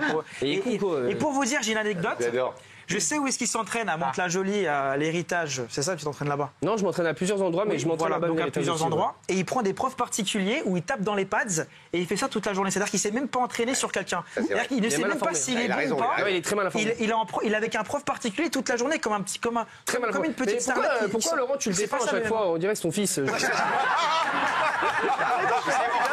à côté de moi qui est plus musclé que toi. Non. Et que moi, non, en vrai, tu sais pourquoi je le défends? Parce qu'il a l'air moins confiant que toi. Et je suis sûr que tu demandes aux gens qui sont là, tous qui ne connaissent pas, ils le préfèrent à toi. En France, la confiance en soi, ça te dérange. Mais non, mais t'as trop confiance. En fait, c'est pas de la confiance. Je suis pas arrogant, c'est de la confiance. Tu as une manière de dire les choses. Ils disent ah bah non, je sais pas si je vais. Peut-être il va m'éteindre, peut-être je vais. Mais non, frérot, je vais là-bas pour l'éteindre, c'est tout. Après, Dieu il va décider ce qui se passe, mais c'est tout. Est-ce que vous pouvez vous mettre un peu comme les boxeurs pour voir un petit peu déjà. Ah oui, on fait la pesée. Fais l'affiche. Ouais, mais là, en costume. Non, justement, c'est bon, on dirait. C'est magnifique, justement. Tu la ramènes. Moi, j'ai allé, mais ils sont petits tous les deux. Ah, c'est là-bas? Non, devant toi. Ils sont là. Ils sont tous petits. C'est le même niveau. Ils sont tous petits, ça va. Ouais, ça va dire. La photo, l'affiche. L'affiche, c'est fort. C'est fort. Franchement, c'est fort. Et vous allez. Donc, il y en a un des deux qui va perdre 500 boules. C'est pas mal. C'est pas mal. Ils sont incroyables les deux. Franchement, ils sont incroyables. Mais ils sont très dark. Il y aura combien de personnes à ce combat? 1500. 1500 T'es pas invité. Contre 1500. Mais Gilles, tu peux venir. Contre 1505. On se reviendra à 5. On va venir avec Raymond. Non, mais avec grand plaisir.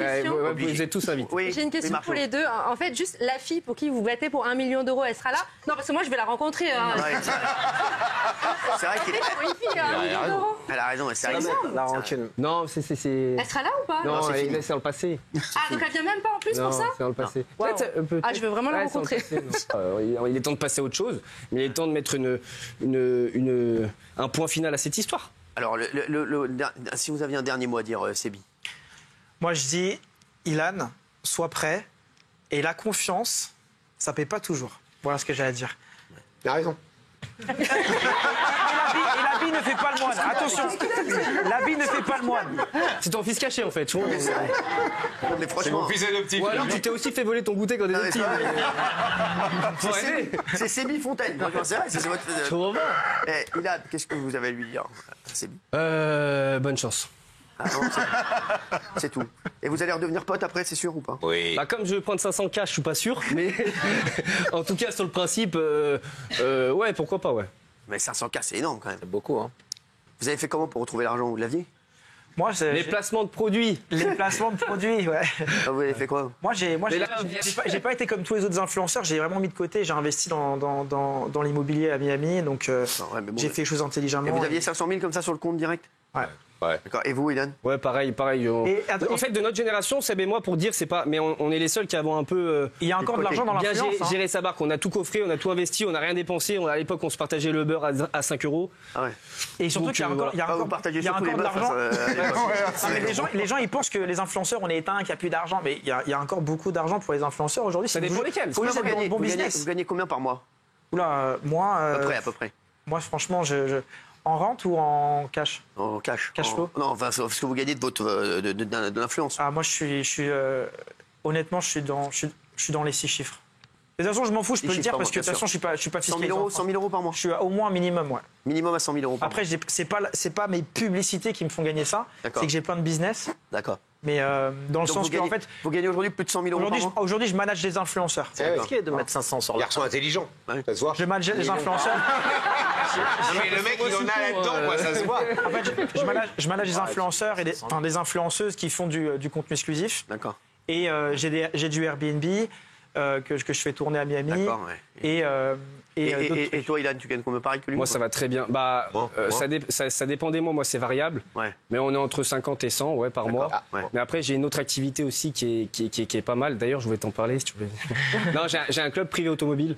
Ah, d'accord. Sur Monaco avec des grosses fortunes qui sont dans mon club. Ah, ouais. D'ailleurs, on a organisé un convoi de Bugatti. C'est vrai, j'en ai entendu parler. Voilà, end of game à Monaco cet été, c'était moi. D'accord, avec mon associé. D'accord. Du coup, si un jour t'achètes une Bugatti, t'es le bienvenu. Il est magnifique ce mec. Voilà. Mais comme t'as le bateau, peut-être ça peut passer. J'en avais entendu parler de cette affaire. Et du coup, c'est un de mes business aussi. Ouais. Eh ben, très bien. Et Polska, tiens, parce que Polska, qu'est-ce que vous pensez de. Moi, je vais terminer par Polska. J'arrive pas trop à les prendre au sérieux parce qu'ils ont trop fait le synagogue sur les réseaux. Donc, mais c'est vrai, des fois, c'est du buzz. Après, cela dit, attends, j'ai vu plein d'influenceurs se mettre dans le MMA. Et je pense que c'est mieux de faire ça que de passer ces journées à faire des live TikTok. C'est différent. Ouais, il fait les deux. Donc, moi, je fais les deux. Ouais, Tu peux faire les deux. Hein. C'est mieux de faire ça que d'arrêter. Après, regarde-toi, Polska, au début, t'es arrivé ici, tu n'avais pas la même image que tu as maintenant. Maintenant, franchement, moi, je trouve que tu as globe de ouf. Par ton travail, parce que ce que tu fais, c'est toi. Et nous, c'est ce qu'on est en train de faire aussi. On a tous une évolution. Ok, on est issus du milieu de la télé-réalité en ce qui nous concerne, mais ça ne nous empêche pas de faire notre chemin, d'évoluer, et voilà. Bon, et moi, je viendrai c'est 26. Non, je suis vraiment chaud pour venir parce que je sens que ça va être énorme. Avec plaisir. Donc c'est énorme. Donc, en Belgique, c'est pas possible de faire en France. C'est 2h30 d'ici. On n'a pas le droit en France. C'est 2h30 d'ici en voiture. C'est pas très loin. Si tu me prêtes une Bugatti. Franchement, voilà, on va citer. On fera en van. On va citer d'autres marques, bien entendu. Lada et Opel. Merci Sébi Dadi et merci Ilan d'avoir été avec nous. Alors on se retrouve dans un instant sur C8. Merci d'être avec nous. C'est Fassa. Et nous sommes avec Bertrand Deckers. Merci Bertrand. Est-ce que ça va mieux? Ça va mieux depuis la mésaventure qui vous arrive la prochaine fois? Ah, vous m'appelez, vous m'avez même pas appelé après même, si vous n'aviez plus de portable. Ah oui, mais même, vous m'avez même pas appelé pour me dire qu'il vous étiez arrivé des malheurs. Bah, je suis là pour ça aussi. Oh. Bah si, mon Promis, bébé. la prochaine Ça va, fois, vous je avez vous appelle. Ça va bien? Oui, ça va. Bon. J'ai récupéré un téléphone. Mais non. C'est drôle. Bonjour. Bon, vous vouliez me parler de Muriel Robin d'abord. De Muriel Robin, oui. Ah, Est-ce merci. que vous vous souvenez, Muriel Robin a fait des déclarations concernant Pierre Palmade. Oui, merci. Vous vous souvenez, on savait que d'un point de vue amical, c'était compliqué. Le mot est faible. Elle avait dit qu'elle souhaitait qu'il sorte complètement de sa vie, qu'il n'était plus un ami, qu'elle ne pouvait plus compter sur lui. Là, maintenant, on apprend que c'est professionnellement, que c'est désormais définitivement terminé, puisqu'elle a demandé aux chaînes de radio et de télévision de ne plus diffuser les œuvres sur lesquelles ils ont ensemble collaboré. Voilà. Voilà, c'est sur les réseaux sociaux, Muriel Robin est quand même. Excusez-moi, vous venez de vous réveiller. Non, mais excusez-moi, je pose juste la question. Ça va, il y a des lits à côté derrière. C'est une petite sieste, hein? Ça va, sinon très bien. D'autres choses. Christina Cordula. Christina Cordula, eh bien, prend la défense, elle, de Stéphane Plaza. Vous savez, Christina, c'est une autre grande figure de M6. Et elle utilise ces mots très forts concernant Stéphane Plaza. Elle dit qu'il est victime, pour elle, de harcèlement. Alors, on va regarder. Elle était chez mon ami Jordan Deluxe. Regardez. C'est un ami. Moi, je l'adore. C'est une personne top, extraordinaire, généreux, gentil. Je suis vraiment très triste pour tout ce qui se passe avec lui.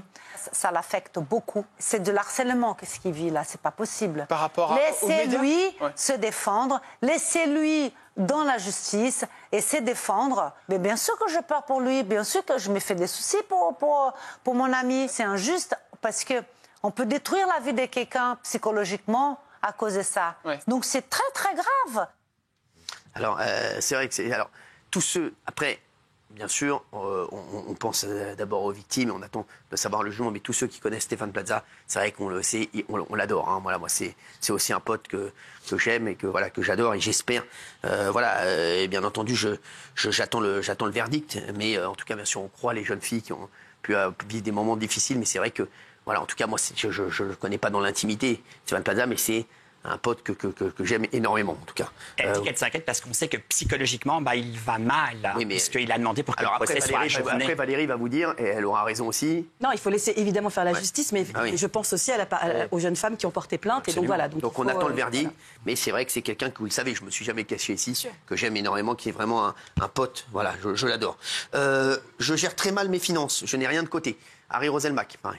Mais ça, c'est pas pour vous, c'est pour Gilles Verdez. Oui, Harry Roselmack, c'est très étonnant. Alors, il explique qu'il ne sait pas gérer, qu'il se lance quand même dans plein de projets entrepreneuriaux, mais qu'il y va un peu à l'aveugle. C'est-à-dire que c'est pas construit. Il investit dans des sociétés comme ça, dans des projets au feeling, et il n'attend pas de retour direct sur investissement. Donc, c'est une manière de dire que tout ce qu'il a gagné, il l'a un peu dilapidé. C'est étonnant de lui parce qu'il a une image un peu de quelqu'un d'austère, qui gère bien. C'est un amour de mec. Exactement. Et il dit non, j'investis, comme ça je me lance. Et je suis nul pour gérer mes finances. Il est créatif, mais ça lui rapporte pas forcément. Voilà. Exactement. Une dernière chose, Kanye West voudrait faire un truc avec la mère de son ex, c'est ça? Ah oui, Gilles, c'est vous. Alors, c'est incroyable ce qu'il dit quand même, parce que je vais citer je veux baiser avec ta mère avant qu'elle ne parte. Voilà. Non, mais voilà, c'est ce qu'il a dit. Je trouve que vous parlez extrêmement mal à Valérie Benaïm. Je le dis, voilà. Alors, en fait, il aurait dit ça à son épouse, Bianca Censori, mais il aurait envoyé ensuite le message à son assistante qui est en révolte contre lui, qui a porté plainte, qui dit les pires choses, Lorraine Picciotta, voilà. Et elle affirme donc qu'elle a reçu ce message de Kanye West. Ce qui en dit quand même long, elle n'a pas de raison de mentir là-dessus, ce qui en dit quand même long sur le comportement de Kanye West, quoi. Déjà de dire ça à sa femme, parce qu'il a dit aussi à sa femme, et quand j'aurai des rapports avec ta mère, je veux que tu sois là, je veux que tu regardes. Et ça, c'est dans les messages, Cyril. Donc voilà, il dit, s'il faut clarifier, je le dis, je veux qu'elle soit là. Alors, il y a des rumeurs de divorce entre Kanye West et Bianca Censori. On comprend mieux pourquoi maintenant. Ils sont mariés depuis près de 2 ans et la presse américaine dit que rien ne va plus et qu'ils pourraient se séparer. Voilà. On peut comprendre un peu là. On comprend tout à fait. On peut comprendre bien un peu. entendu. Et d'ailleurs, on s'est interrogé sur son épouse parce qu'on la voyait régulièrement dans des tenues où elle est pratiquement à moitié nue et on se demandait si elle n'était pas sous emprise et presque forcée de se trimballer à moitié nue dans les rues à côté de de son Exactement. On va parler maintenant aussi de Kinvey. Kinvey qui a fait des révélations touchantes dans l'émission Ça commence aujourd'hui. Regardez. Ma mère est très dépressive, par exemple, et mes grands-parents étaient dépressifs. Donc, quand on a des schémas visuels, on se dit que quand ça va pas, en fait, le comportement à avoir, c'est ça. Donc, en fait, je me laissais tomber comme le schéma que j'ai vu. J'ai vu des gens tomber, donc je tombe avec. Ça s'exprimait comment? Je pense qu'il y avait un besoin d'être seul, peut-être pour se morfondre, pour pleurer plus. Puis on écoute des chansons tristes qui vont bien avec l'état, etc. Et puis il y a eu On s'alimente. On s'alimente. Et après, t'as des différentes tentatives de suicide possibles, jusqu'à ce que ma sœur m'empêche de faire la dernière. Eh ouais. C'est surprenant parce qu'il est surtout connu, Kinvey, pour ses tubes un peu solaires. Kinvey. On se souvient. Je voudrais. Kinvey, c'est un acteur porno, c'est Kinvey. Il est surtout connu pour ces chansons qui sont drôles, qui sont légères, qui sont ensoleillées. Et là, il est vrai qu'on découvre une personnalité qu'on ne connaissait pas forcément, qui est un être tourmenté. Et c'est sa sœur. Mais moi, je trouve qu'il est très touchant. Bah, moi, je l'adore. Moi aussi, en 2020, quand sa tournée est annulée, faute de spectateurs. Il masque pas les trucs, il dit c'est peut-être la tournée de trop. Et là, il explique la dépression, il explique tous ces traumatismes et il fait pas dans le pathos. Et il dit ça. Moi, je l'avais croisé une fois. Il est extrêmement sincère et il fait ça aussi pour dire aux gens voilà, on peut s'en remettre, on peut aller mieux. Il a tout perdu, la tournée, il a divorcé ensuite. Et là, il est dans une sorte de renaissance. J'admire beaucoup cet homme. Et en 2020, ça s'appelait le Therapy Tour. D'ailleurs, c'était déjà une tournée qui était censée un petit peu le rendre plus fort et elle a été arrêtée, elle a été interrompue. C'était un groupe. Exactement. Après, il est allé à Tahiti, merci, on l'embrasse d'ailleurs, Kinvey. On va passer au témoin du dimanche avant d'avoir Jocelyne Wildenstein avec nous. C'est sa première télé en France, Jocelyne Wildenstein, la femme chat pour le moment. On va passer à un garçon que j'adore. C'est Tony Vérel, ancien international de foot. Il a notamment joué au RC Lens, à l'Olympique Lyonnais, au SC Bastia, sélectionné en équipe de France. C'est l'un des joueurs français les plus connus de la fin des années 90. Et c'est un joueur que j'adorais de fou et je suis très content de le rencontrer. Tony, je peux t'embrasser, Tony, parce que j'adore. Tony, merci d'être là. Franchement, ça me fait plaisir. Ça me fait plaisir, tiens, je t'ai amené mon livre. Merci Tony, ça me fait vraiment plaisir de te voir. Tony qui était je sais que j'étais fou de toi, Tony. Non mais je suis sûr que t'étais vraiment un de mes joueurs préférés, mais vraiment de loin, j'adorais Tony. Et je suis très content de te voir. En tout cas, t'es en forme, je te trouve bien. Il faut. Parce que normalement, on dit souvent, parce que des fois, moi j'ai toujours peur d'avoir le corps d'un ancien footballeur, parce que vous êtes très beau. Et toi, t'as gardé le corps d'un footballeur. On essaye de s'entretenir et surtout d'avancer. Parce que c'est pas toujours facile, mais c'est comme ça, on va pas se plaindre. La dernière fois, j'entendais Raymond dans une émission dire on n'a pas le droit. C'était là. Ah, bien sûr. On n'a pas le droit dans la dépression, même si des fois c'est compliqué. Mais toi, c'est une histoire de fou, ton histoire. Et c'est vrai que moi, j'ai t'adoré en dehors du terrain et sur le terrain. Parce que voilà, j'aime bien ton caractère. Voilà, je te le dis. Et je suis très content de te voir aujourd'hui. Vous avez commencé le foot à quel âge, Tony? Moi, j'ai commencé assez tard pour un joueur. C'était à 9 ans en poussin. Ouais, c'est à 9 ans en poussin. À la très vite, on voit que t'es un crack ou pas?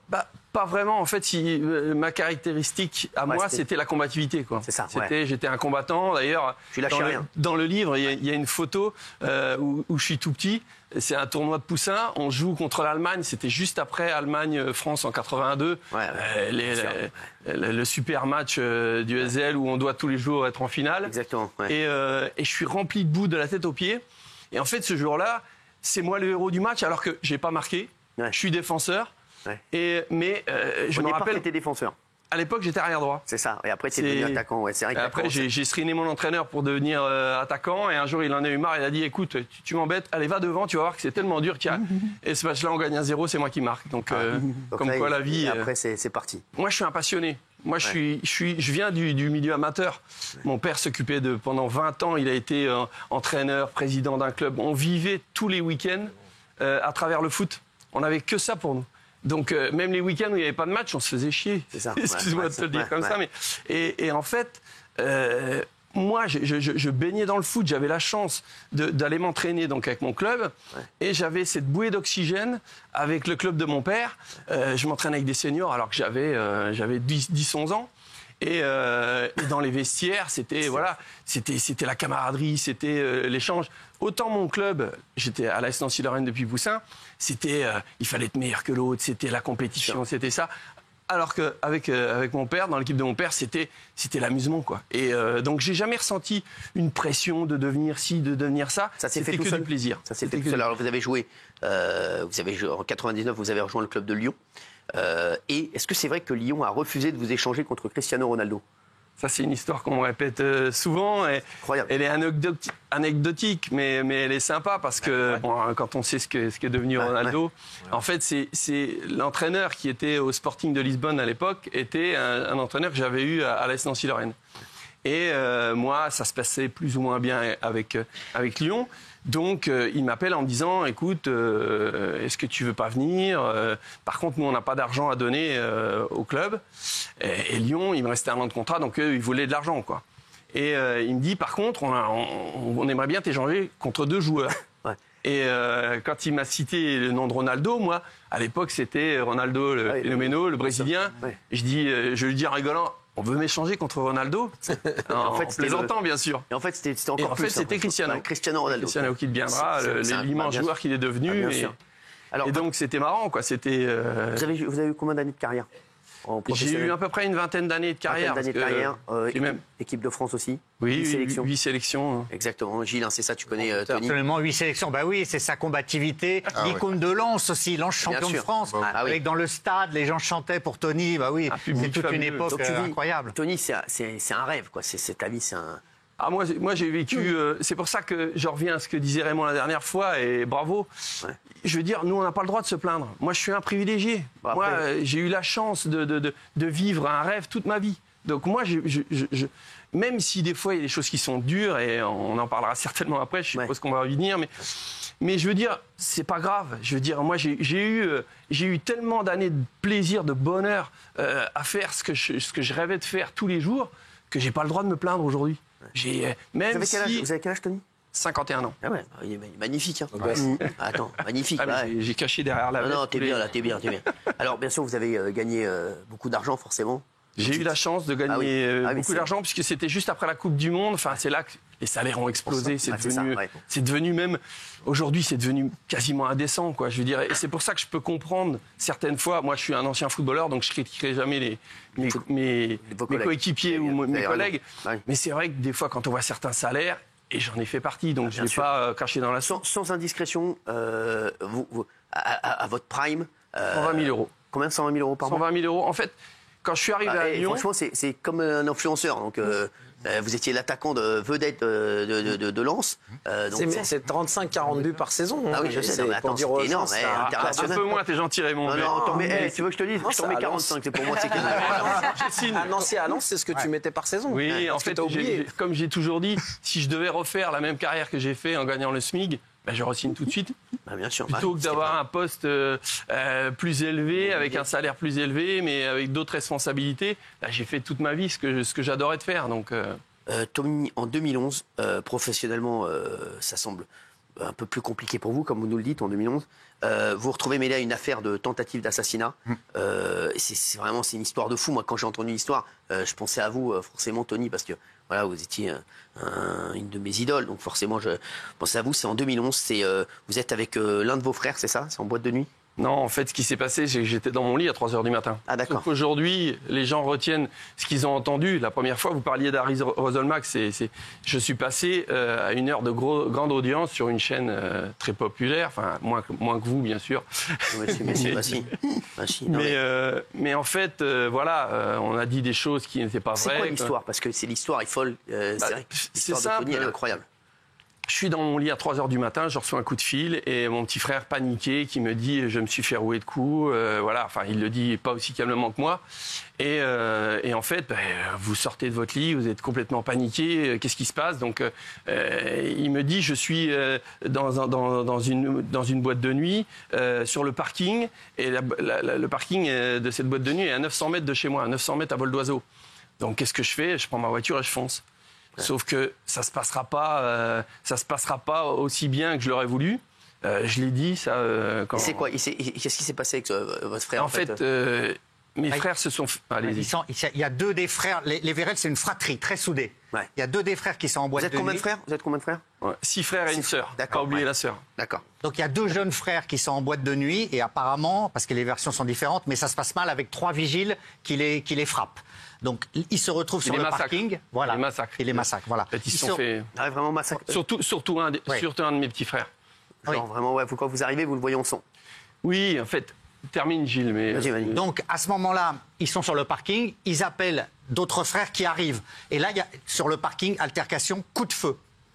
Et ça va être notamment Tony Vérel qui va être jugé responsable de ces coups de feu et qui va être effectivement mis en examen pour tentative d'assassinat avec ses frères, incarcéré en prison à Metz. Oui. Et à ce moment-là, on est le 25 octobre 2011, il risque la perpétuité. Exactement, voilà. Je sais. Donc, l'affaire... Et vous êtes condamné à 5 ans de prison, dont 3 ans ferme.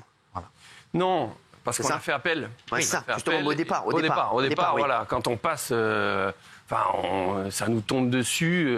Je veux dire, le procès s'était relativement bien passé. Je veux dire, on avait quand même démontré, mes avocats... Il y a eu quoi? Est-ce qu'il y a eu des blessés? Il y a eu des... Ah oui, il y a eu des blessés. Oui, il y a eu 3 blessés. Il y a eu 3 blessés. Il y a eu 3 blessés. C'est ça. Oui, vraiment, c'était une affaire d'importance majeure. Mais bien sûr, elle a été annoncée, comme le dit Gilles. Je veux dire, à un moment donné, t'es en prison, t'es incarcéré, et tu entends à la télé, Tony Vérel et ses frères risquent la perpétuité. Donc à un moment donné, tu te dis, mais... Parce que moi, le jour où je suis rentré en prison, je me suis dit, je me rappellerai toujours de ce moment-là. Tu rencontres le responsable de l'étage et il te dit bon, vous avez 10 jours à faire au quartier arrivant, après vous irez dans le grand quartier, tout ça. Mais dans ma tête, j'ai envie de lui dire mais qu'est-ce que tu me parles de 10 jours? Dans 3 jours, je suis dehors, moi. Quand vous êtes sûr d'être innocent, vous ne pouvez pas imaginer une seule seconde que vous allez rester. Et donc, à un moment donné, quand vous rentrez dans l'engrenage, c'est là que vous vous dites finalement, c'est pas ça, quoi. Vous discutez avec d'autres parce qu'au départ, j'avais pas envie de discuter. Je sais pas avec qui je discute. Est-ce que c'est... Vous étiez avec quelqu'un dans la cellule ou J'étais avec quelqu'un dans la cellule, mais bon, je parlais pas beaucoup. Je sortais. Quand j'allais en promenade, je courais pour justement m'évader un petit peu. Et puis après, voilà. Après, à un moment donné, on commence à se dire, ça va pas être aussi rapide que je pense. Il va falloir vraiment... Vous êtes resté combien de temps en prison? 5 mois. 5 mois, d'accord. 5 mois. Comment vous le vivez? C'est énorme. Quand on n'a pas le choix, on le vit. On le disait tout à l'heure, c'est exactement la même chose que disait Raymond. On est là, on vit les choses. On est obligé d'être fort d'ailleurs. Les seules choses qu'on a pu me dire, les bons conseils qu'on a pu me donner en prison, c'est surtout quand tu vas au parloir, ne montre pas. Ne montre pas, même si tu peux avoir des moments où t'es pas bien, t'essayes de pas le montrer à personne, encore moins en prison, bien sûr. Mais surtout pas à ta famille. Et ce qui fait le plus mal, enfin ce qui m'a vraiment détruit, c'est les dommages collatéraux. Mon papa qui est parti aujourd'hui et qui n'a pas pu voir son enfant se faire juger, enfin ses enfants. Et donc ça, c'est terrible. C'est terrible parce que finalement, la justice est ce qu'elle est. Je la respecte. Je suis un enfant de la France. J'ai eu la chance de porter le maillot. Je respecterai jusqu'au bout les décisions. Mais il y a eu une erreur judiciaire. Qu'est-ce qui s'est passé alors en fait? Qu'est-ce qui s'est passé? Il y a eu des coups de feu ce jour-là. Mais qui avait... Mais je sais pas. Moi, j'étais sur le parking. On a entendu les coups de feu, donc on les a jamais niés. En fait, ça venait pas de vous les coups de feu parce que au départ, donc c'était pas. Bien sûr, Tony, vous ou vos frères ou tout le monde, vous étiez armés. Non, justement. Ça, vous ne voulez pas. Ah non, mais c'est pas que je veux pas. Aujourd'hui, Gilles, si tu as fait ton travail, je peux même te donner la procédure au complet. J'aurai le droit aujourd'hui. Tu verras. Il n'y a pas d'armes, il n'y a pas de... Les vidéosurveillances, la caméra de vidéosurveillance qui aurait pu nous innocenter, les tamponnages qu'on ne nous a pas fait. Je veux dire, c'est tous des éléments quand même qui sont choquants aujourd'hui. Je veux dire, je ne suis pas là pour polémiquer sur la justice, bien au contraire, je la respecte aujourd'hui. Mais à un moment donné, quand tu es là, on t'accuse d'avoir tiré des coups de feu. Ok, je veux bien. Si j'avais tiré des coups de feu, je ne serais pas en train de vous dire je suis innocent, je serais en train de vous dire je l'ai fait, mais pour ces raisons-là. D'ailleurs, si j'avais su le traitement que mes petits frères ils ont eu en prison, je ne vous dis pas que la colère ne s'est pas montée en moi. Mais j'avais aucune raison d'être en colère quand je suis allé sur le parking. Je ne savais même pas ce qui s'est passé. Pourquoi j'aurais pris une arme? Et je suis quand même, entre guillemets, un peu connu. Ouais. Je veux dire, je vais me présenter sur un parking de boîte de nuit, à visage découvert, comme ça, et je vais faire le cow-boy? Non, c'est pas possible. Les gens qui me connaissent, et les gens, je veux dire, ils se disent c'est pas possible. La vidéosurveillance, Cyril, qui disparaît. Je dis, est-ce que c'est Tony Vérel et ses frères qui ont pu, je veux dire, prendre la caméra, enfin la vidéosurveillance, prendre la cassette et la changer? Vous savez ce qu'il y avait sur les bandes? Ça s'est soldé comment le... Alors ça s'est soldé, ça vient de se solder là. Exactement, oui. Parce qu'il y a eu donc un jugement en appel qui a réduit la peine. Bien sûr. 18 mois de prison. Et vous êtes pourvu en cassation, et là, vous avez perdu en cassation. Mais en appel, c'est 18 mois aménageables, interdiction de port d'armes pendant 5 ans, et 18 mois aménageables, ça veut dire que voilà, il n'y a pas de prison. C'est ça. Mais la justice a considéré que la responsabilité était amoindrie, mais ne vous a pas quand même donné quitus de l'ensemble. Non, c'est pour ça que je ne critiquerai pas aujourd'hui la justice, mais elle n'a pas été au bout des choses. C'était soit j'étais coupable, ou soit j'étais innocent. À un moment donné, si vous regardez le verdict, j'ai croisé... Tous les gens que je croise aujourd'hui dans la rue me disent « Tony, tu as gagné ton procès. Tu ne retournes pas en prison, tu as gagné ton procès. » Non, pour moi, je n'ai pas gagné. Je ne suis pas innocent, on ne m'a pas innocenté. Mais aux yeux des gens... Et les gens m'ont dit, mais si tu avais fait ce pourquoi on t'accuse, c'est pas 18 mois de prison que tu prends, c'est 10 ans, 20 ans. Donc à un moment donné, je vais pas me plaindre, je vais pas dire non, mais non. Aujourd'hui, jusqu'à la fin de ma vie, je clamerai mon innocence. Mais c'est comme ça, je respecte les institutions, je suis français, j'ai été fier de porter ce maillot.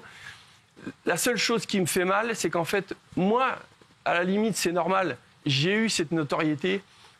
Cette notoriété m'a apporté, comme à tous, des avantages. On le sait, ça fait plaisir d'être reconnu, de faire des autographes. Mais c'est mes frères qui ont souffert pour rien. Mon petit frère, on en parlait, mon petit frère de 20 ans, il srine son grand frère, qui a 10 ans de plus que lui, pour aller fêter ses 20 ans qui sont allés à 3-4 jours près. Il va en boîte de nuit, il se retrouve, il boit un verre, il voit son grand frère se faire frapper par un vigile. Qu'est-ce qu'il fait ? Il va porter main forte, il va secourir son frère. Et oui, on a dit au procès, il l'a poussé. Non, il lui a mis un coup de poing, peut-être. Mais ce que je veux dire par là, après ça, en voulant défendre son frère, il se fait massacrer. Je veux dire, quand j'ai entendu au procès 15-20 témoins expliquer la scène de mon petit frère qui est coincé dans un angle, parce qu'à un moment donné, il se sauve. Parce que quand il est venu frapper le vigile pour aider son grand frère, bien sûr, toute la boîte s'est mise contre eux, parce que c'est tous...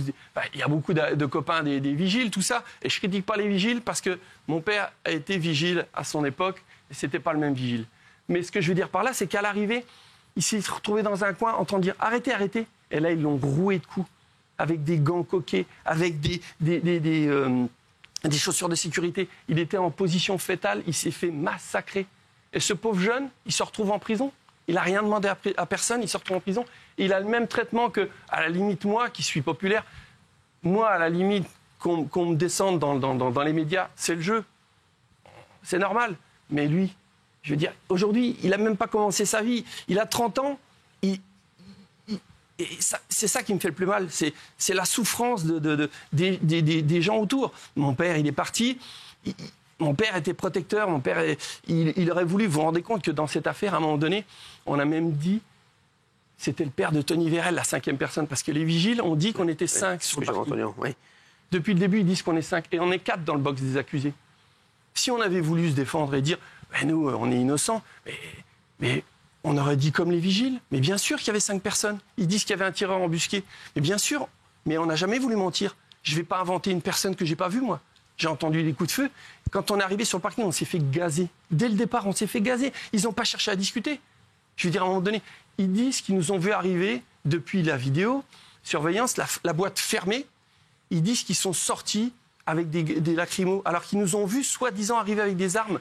Vous sortez d'une boîte de nuit qui est fermée, il n'y a personne à défendre dehors, et vous sortez avec des bombes lacrymogènes contre des gens avec des armes. Non mais c'est pour ça que je ne suis pas là pour dire je suis innocent et je suis un bon garçon. On a tous nos côtés sombres, mais je veux dire, j'ai jamais tiré sur personne, et ça, je le dis et je le redirai jusqu'à la fin de ma vie. Maintenant, j'accepte les choses, je suis comme ça. Merci Tony Vérel, vraiment, et merci d'être avec nous. Balle au centre, c'est le livre de Tony Vérel, et merci pour votre vraiment Franchise, merci Tony, merci pour ce moment. Merci pour ce moment Tony Guéral. On va se retrouver dans un instant avec Jocelyne Wildenstein, la femme chat, qui témoigne pour la première fois à la télé. À tout de suite sur C8. Merci. Merci d'être avec nous, c'est pas ça.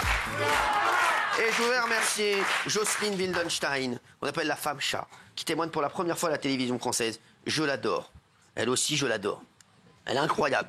Merci Jocelyne d'être là. Avec plaisir. Ça me fait extrêmement plaisir de vous voir. Et c'est votre première télé en France. Oui, tout à fait. Exactement. Alors, Jocelyne, votre histoire est incroyable. Elle est incroyable, l'histoire de Jocelyne. C'est pendant de longues années, on vous appelle la femme chat. Vous êtes vraiment tout le monde parle de vous. Et c'est vrai que Jocelyne, vous êtes née à Lausanne, vous, en Suisse. Oui. Dans une famille qui n'a rien à voir avec la jet set. Rien à voir. Non. Votre famille tranquille. Oui. Voilà. Vous êtes fille unique. Fille unique, oui. Votre père vendait des articles de sport en Suisse. Et à 17 ans, vous rencontrez Cyril Piguet. Oui, absolument. C'est un producteur de cinéma suisse. Et c'est avec lui que vous découvrez Paris, les mondanités. Et c'est la folie pour vous, c'est ça? Tout à fait. C'est ça. Donc à 17 ans, vous venez à Paris et vous sortez, vous connaissez la jet set, etc. C'est ça? Absolument. Alors, en 77, vous rencontrez celui qui va changer votre vie. C'est Alec Wildenstein, c'est un homme d'affaires qui a fait fortune dans l'art, entre autres, l'une des plus grosses fortunes de New York. Sa famille possède des tableaux impressionnistes les plus chers au monde. Et vous l'épousez à Las Vegas. Oui. C'est ça. Comment vous le rencontrez? Je l'ai rencontré à la chasse aux lions au Kenya. Ah ouais, quand même, il faut... C'est vrai que moi, les seuls lions que je sache, c'est les barres chocolatées. Et comme il était du signe du lion, j'ai tué 2 lions. Ah ouais, c'est vrai, ah ouais. Alors, on a tué... voilà, donc vous avez tué des lions, mais en tout cas, vous avez trouvé l'amour. Et c'est un coup de foudre? C'est un coup de foudre ou pas? Tout à fait. Tout à fait. Alors, donc, vous l'épousez l'année suivante à Las Vegas. Et vous avez 2 enfants. Oui. Diane et Alec Junior, qu'on embrasse. Absolument. Alors, on va voir des photos de vous lorsque vous le rencontrez. C'est vrai que, voilà, vous êtes magnifique. Hein.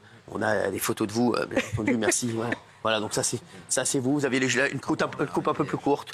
Merci. Voilà. Magnifique. C'était en quelle année, ça? Oh, je devais avoir 15 ans, je ne sais pas, 14, 15. J'arrive pas à me souvenir à l'école de danse. Vous êtes magnifique, là. Là, c'est quand j'ai eu mon 2e enfant, Alec Junior. Bien sûr, magnifique. Et Diane, au premier. Et, oui. Et donc, là, c'était à vous avant, c'était d'accord? Oui. Incroyable. Vous avez d'autres... Et donc, vous devenez la célébrité avec qui il faut être vu. Tout le monde veut être avec vous. C'est ça, non mais c'est vrai, tout le monde. Vous êtes ami avec tous les mannequins, Kate Moss. Oui, absolument. Faudra me présenter des gens. Partagez aussi vos tables avec la famille Rothschild, la famille Dassault. Il paraît même que P. Diddy vous poursuit un jour. Pardon? Il paraît même que P. Diddy vous poursuit un jour. Hein? Peut-être. Peut-être, mais oui. Et là, après, votre couple, ça va un peu moins bien, c'est ça? Ça a été très bien pendant 20 ans, ce qui est déjà... C'est déjà beaucoup. Magnifique, ouais. Pas mal. Ouais. C'est pas mal du tout. Exactement. Bien. Et la presse raconte cette légende qui finira par faire le tour du monde. Par peur que votre mari, Alec, parte avec une femme plus jeune, vous décidez d'avoir recours à la chirurgie esthétique. Alec adorait les animaux. Vous auriez décidé alors de tout faire pour ressembler à un chat. Oh, j'étais pas mal sur la photo de 14 ans. Ben, magnifique. Non, mais est-ce que c'est vrai? Est-ce que c'est vrai cette histoire? Mais c'est faux, ça. C'est un petit peu monté en épingle. Oui, en épingle, exactement. Voilà, vous dites que c'est faux, que vous avez toujours aimé les félins, et c'est pas pour votre mari que vous avez eu recours à quelques opérations. Non. D'accord. Donc les journaux se sont emparés de cette version, tout le monde raconte cette histoire, vous êtes devenue la femme chat. Oui, voilà. Et c'est vrai que vous avez eu recours à la chirurgie esthétique, mais c'était pas par rapport à votre mari. Non, du tout. Du tout. Pourquoi? En fait, c'était juste comme ça. C'était comme tout le monde. Là, vous vouliez vous changer de tête, vous vouliez quoi? Ah, j'ai jamais voulu changer ma tête. D'accord. D'ailleurs, ma tête, si on regarde quand je suis toute jeune et qu'on voit mes yeux, ma fente d'œil, mon nez, peut-être la bouche un petit peu plus épaisse. Oui, voilà. À la marge, à la marge. Un petit peu. À la marge. Mais sinon, le nez, c'est vrai que vous avez toujours eu ce petit nez. Ah, c'est le même. C'est le même. C'est le même, exactement. Alors, quand on vous dit que vous avez fait beaucoup de chirurgie esthétique... Je ressemble beaucoup à ma maman, d'ailleurs. C'est vrai. Ah oui. Ah oui. Quand on vous dit que vous avez fait énormément de chirurgie esthétique, vous répondez quoi? Écoutez, si les gens veulent penser ça, mon mari et ex-mari a pensé que c'était une très bonne publicité à diffuser pendant le divorce, vu qu'on avait travaillé ensemble pendant 20 ans à vendre des tableaux impressionnistes à peu près dans toute la planète, que ce soit au Japon, en Amérique et ailleurs. Donc voilà, il fallait bien monter quelque chose. Alors, toujours selon les tabloïds, alors ce qu'ils racontent, ils disent que votre mari n'aurait pas aimé votre nouveau visage. C'est ce qu'ils disent. Est-ce que c'est vrai ou pas, ça? Alors ça, je ne suis pas dans sa peau. Hein. D'accord, mais voilà. Qu'il aurait poussé un cri quand il vous aurait vu, et ce serait la raison pour laquelle il demande le divorce. Est-ce que c'est vrai ou pas, cette histoire? Non. C'est un peu fort. C'est un peu fort, d'accord. Oui. Gilles. Oui, très franchement, c'est ce qu'on a toujours lu, que quand il vous avait vu, quand vous aviez dépensé les 2 millions de dollars en chirurgie esthétique... Aïe, 2 millions, on peut faire beaucoup de choses avec 2 millions, même aujourd'hui. Hein. Bien sûr. Si on veut dépenser 2 millions en chirurgie esthétique, c'est difficile. Absolument. Mais est-ce que c'est vrai, je vous repose la question, que votre mari, vous voyant... s'écrit, mais pourquoi vous avez fait ça, et qu'il aurait même dit, mais c'est horrible. Mais il est au courant à son mari, il ne va pas ça du jour au lendemain, donc ça c'est du mytho. Non, Jocelyne, c'est du mytho, ça c'est n'importe quoi. Non, c'est absolument n'importe quoi, et c'est encore plus n'importe quoi, c'est qu'il a pris un chirurgien à Los Angeles qui a fait dire qu'il m'avait refait des pieds à la tête, et j'ai jamais rencontré ce chirurgien à Los Angeles. Exactement, parce que il dit, vous affirmez que votre ex-mari, il avait tenté de vous faire porter la responsabilité de votre divorce en déclarant qu'il ne reconnaissait plus sa femme en raison de ses nombreuses chirurgies plastiques, c'est ça? C'est ça l'histoire. Voilà. Voilà. Donc en fait, il s'est toujours dire quelque chose. Il s'est servi de ça pour divorcer. Je sais pas. Peut-être qu'il a trouvé le sujet intéressant, puisqu'il pouvait pas me reprocher d'infidélité ou de choses conjugales. Donc il a trouvé ça. Et on travaille ensemble. On a quand même construit pendant 20 ans des collections de tableaux dans les plus grands musées de cette planète. Mais c'est vous qui demandez le divorce, c'est pas lui. Hein. C'est moi qui ai demandé le divorce. Oui. Exactement. Alors, vous le découvrez dans votre lit avec une jeune femme d'à peine 20 ans, ensuite, votre mari. Oui. Et il vous menace alors avec une arme. Absolument. Histoire de fou, ça. Quand vous arrivez à la maison, vous le voyez J'arrive dans le townhouse, je demande, on me dit, ah, votre mari vous cherchait, votre avion était en retard. J'ai dit, il était en retard, en effet.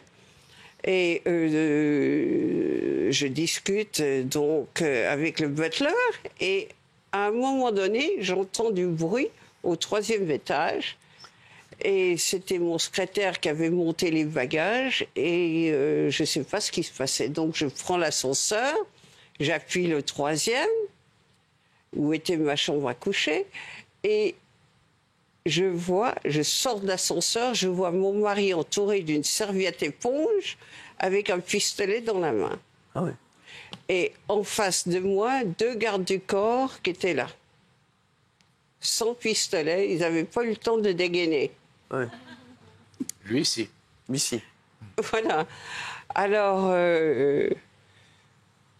je me suis approchée, parce que qu'est-ce que vous voulez faire? Il ne va pas tirer. Il y a 2 hommes, il y a trop de témoins. Donc, il ne peut pas me tirer dessus. Et je marche jusqu'à la chambre à coucher. J'arrive à la chambre à coucher, je vois qu'il y a une fille habillée sur le lit, pas nue. Elle était habillée complètement. Lui était en serviette. Ah oui. Oui. Ah ouais. Mais je sais peut-être un Et il y striptease. avait un autre pistolet sur la console. Donc, il y avait le pistolet dans ses mains et le pistolet sur la console. Ah oui. Pour faire une mise en scène. Ah ouais.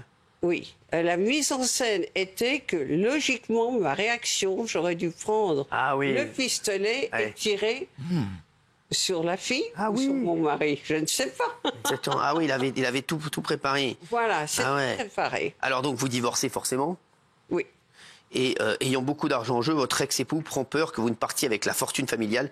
Il décide alors de payer un chirurgien plastique, comme vous l'avez dit, une fortune pour rédiger un faux compte-rendu vous concernant. C'est ça. Lorsque vous divorcez, vous récupérez un hôtel particulier à New York, un château en France, et vous héritez d'une pension annuelle de plus de 10 millions de dollars.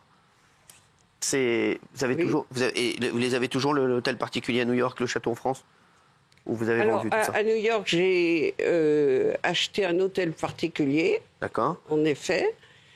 Et j'avais toujours un appartement en Suisse, à Lausanne. D'accord. Vous habitez en Suisse, là, toujours? Non.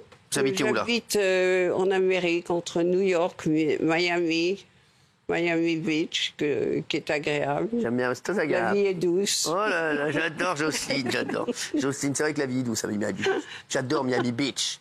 Merci. Pour passer la nuit dans cette réserve, parce que tout cet argent, vous construisez un ranch avec une réserve animale au Kenya de 70 000 hectares. Pour passer la nuit dans cette réserve, il vous faudra déposer la somme de 198 000 € la semaine. Si vous voulez y aller. Mon fils, actuellement, la loue en pleine saison à 200 000 la semaine. Ah ouais. Oui. Qu'est-ce qu'on peut avoir pour 2 balles 200 balles. En 2015, on cesse de vous verser cet argent et malheureusement, vous traversez une période difficile.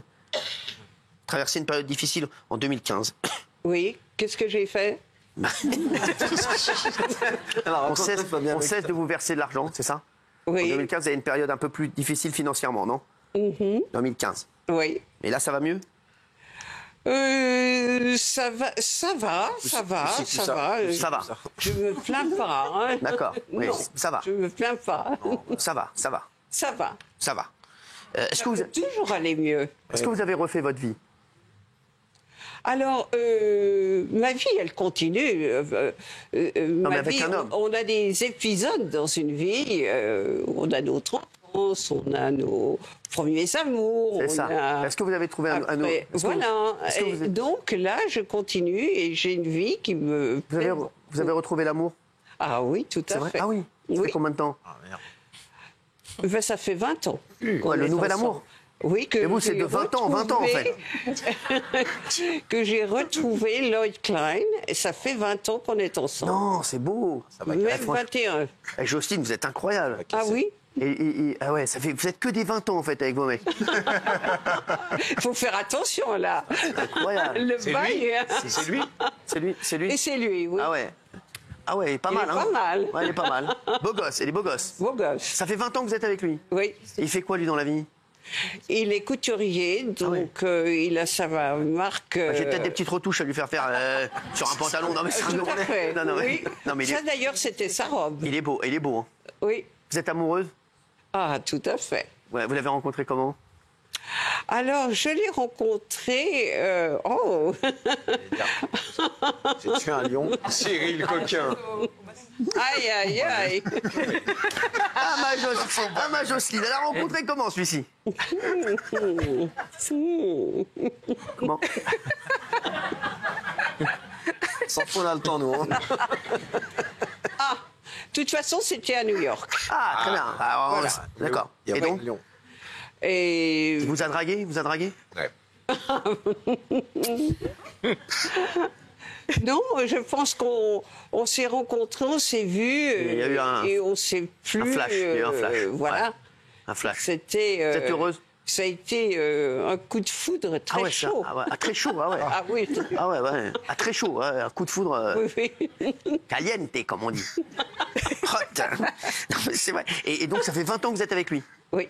C'est fou. Vous l'avez connu à quel âge, là? Il avait quel âge? Il y a 20 ans. Donc, aujourd'hui, j'ai 79 ans. Non, quoi? Ah oui, j'ai 79 ans. Non, mais arrêtez, c'est pas vrai. Oui. 79 ans, Jocelyne? Mais oui. Mais arrêtez. Absolument, je les ai eus le 7 septembre. C'est incroyable. Oui. Mais Jocelyne, en 1945. Non. Oui. Mais vous avez 20 ans de plus que Daniel Moreau, elle fait 40 ans de plus que vous. Non, mais attendez, c'est fou. C'est fou. C'est fou, Jocelyne. Jocelyne, c'est incroyable. 79 ans, je croyais que vous aviez 60. 55, 60. Gentil. Mais je vous jure, Joss.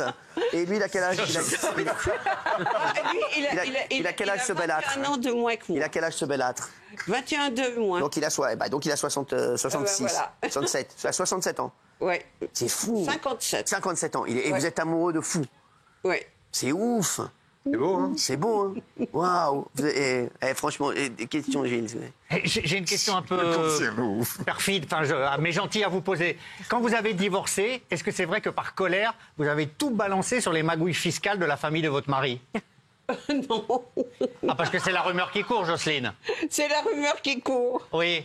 Non, non. Non, c'est vrai, vous n'avez rien dit au fisc et tout ça? Quand j'ai divorcé, à New York, c'était très chaud. Hein. Il y avait une presse incroyable. À chaque coin de rue, il y avait des flashs. C'était. Non, mais c'est une star, hein? Très chaud. Jocelyne, c'est une star. C'était très chaud, le divorce. C'est chaud. Ah oui.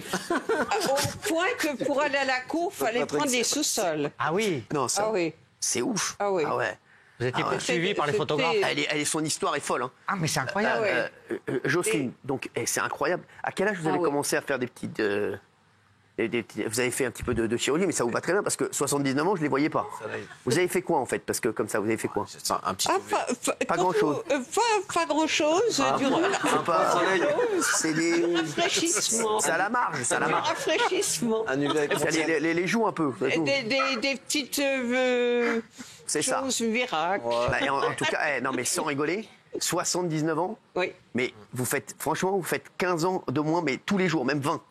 C'est gentil, ça. Ah mais franchement, hein? Non mais c'est vrai, si. Tu veux pécho, toi? Non mais...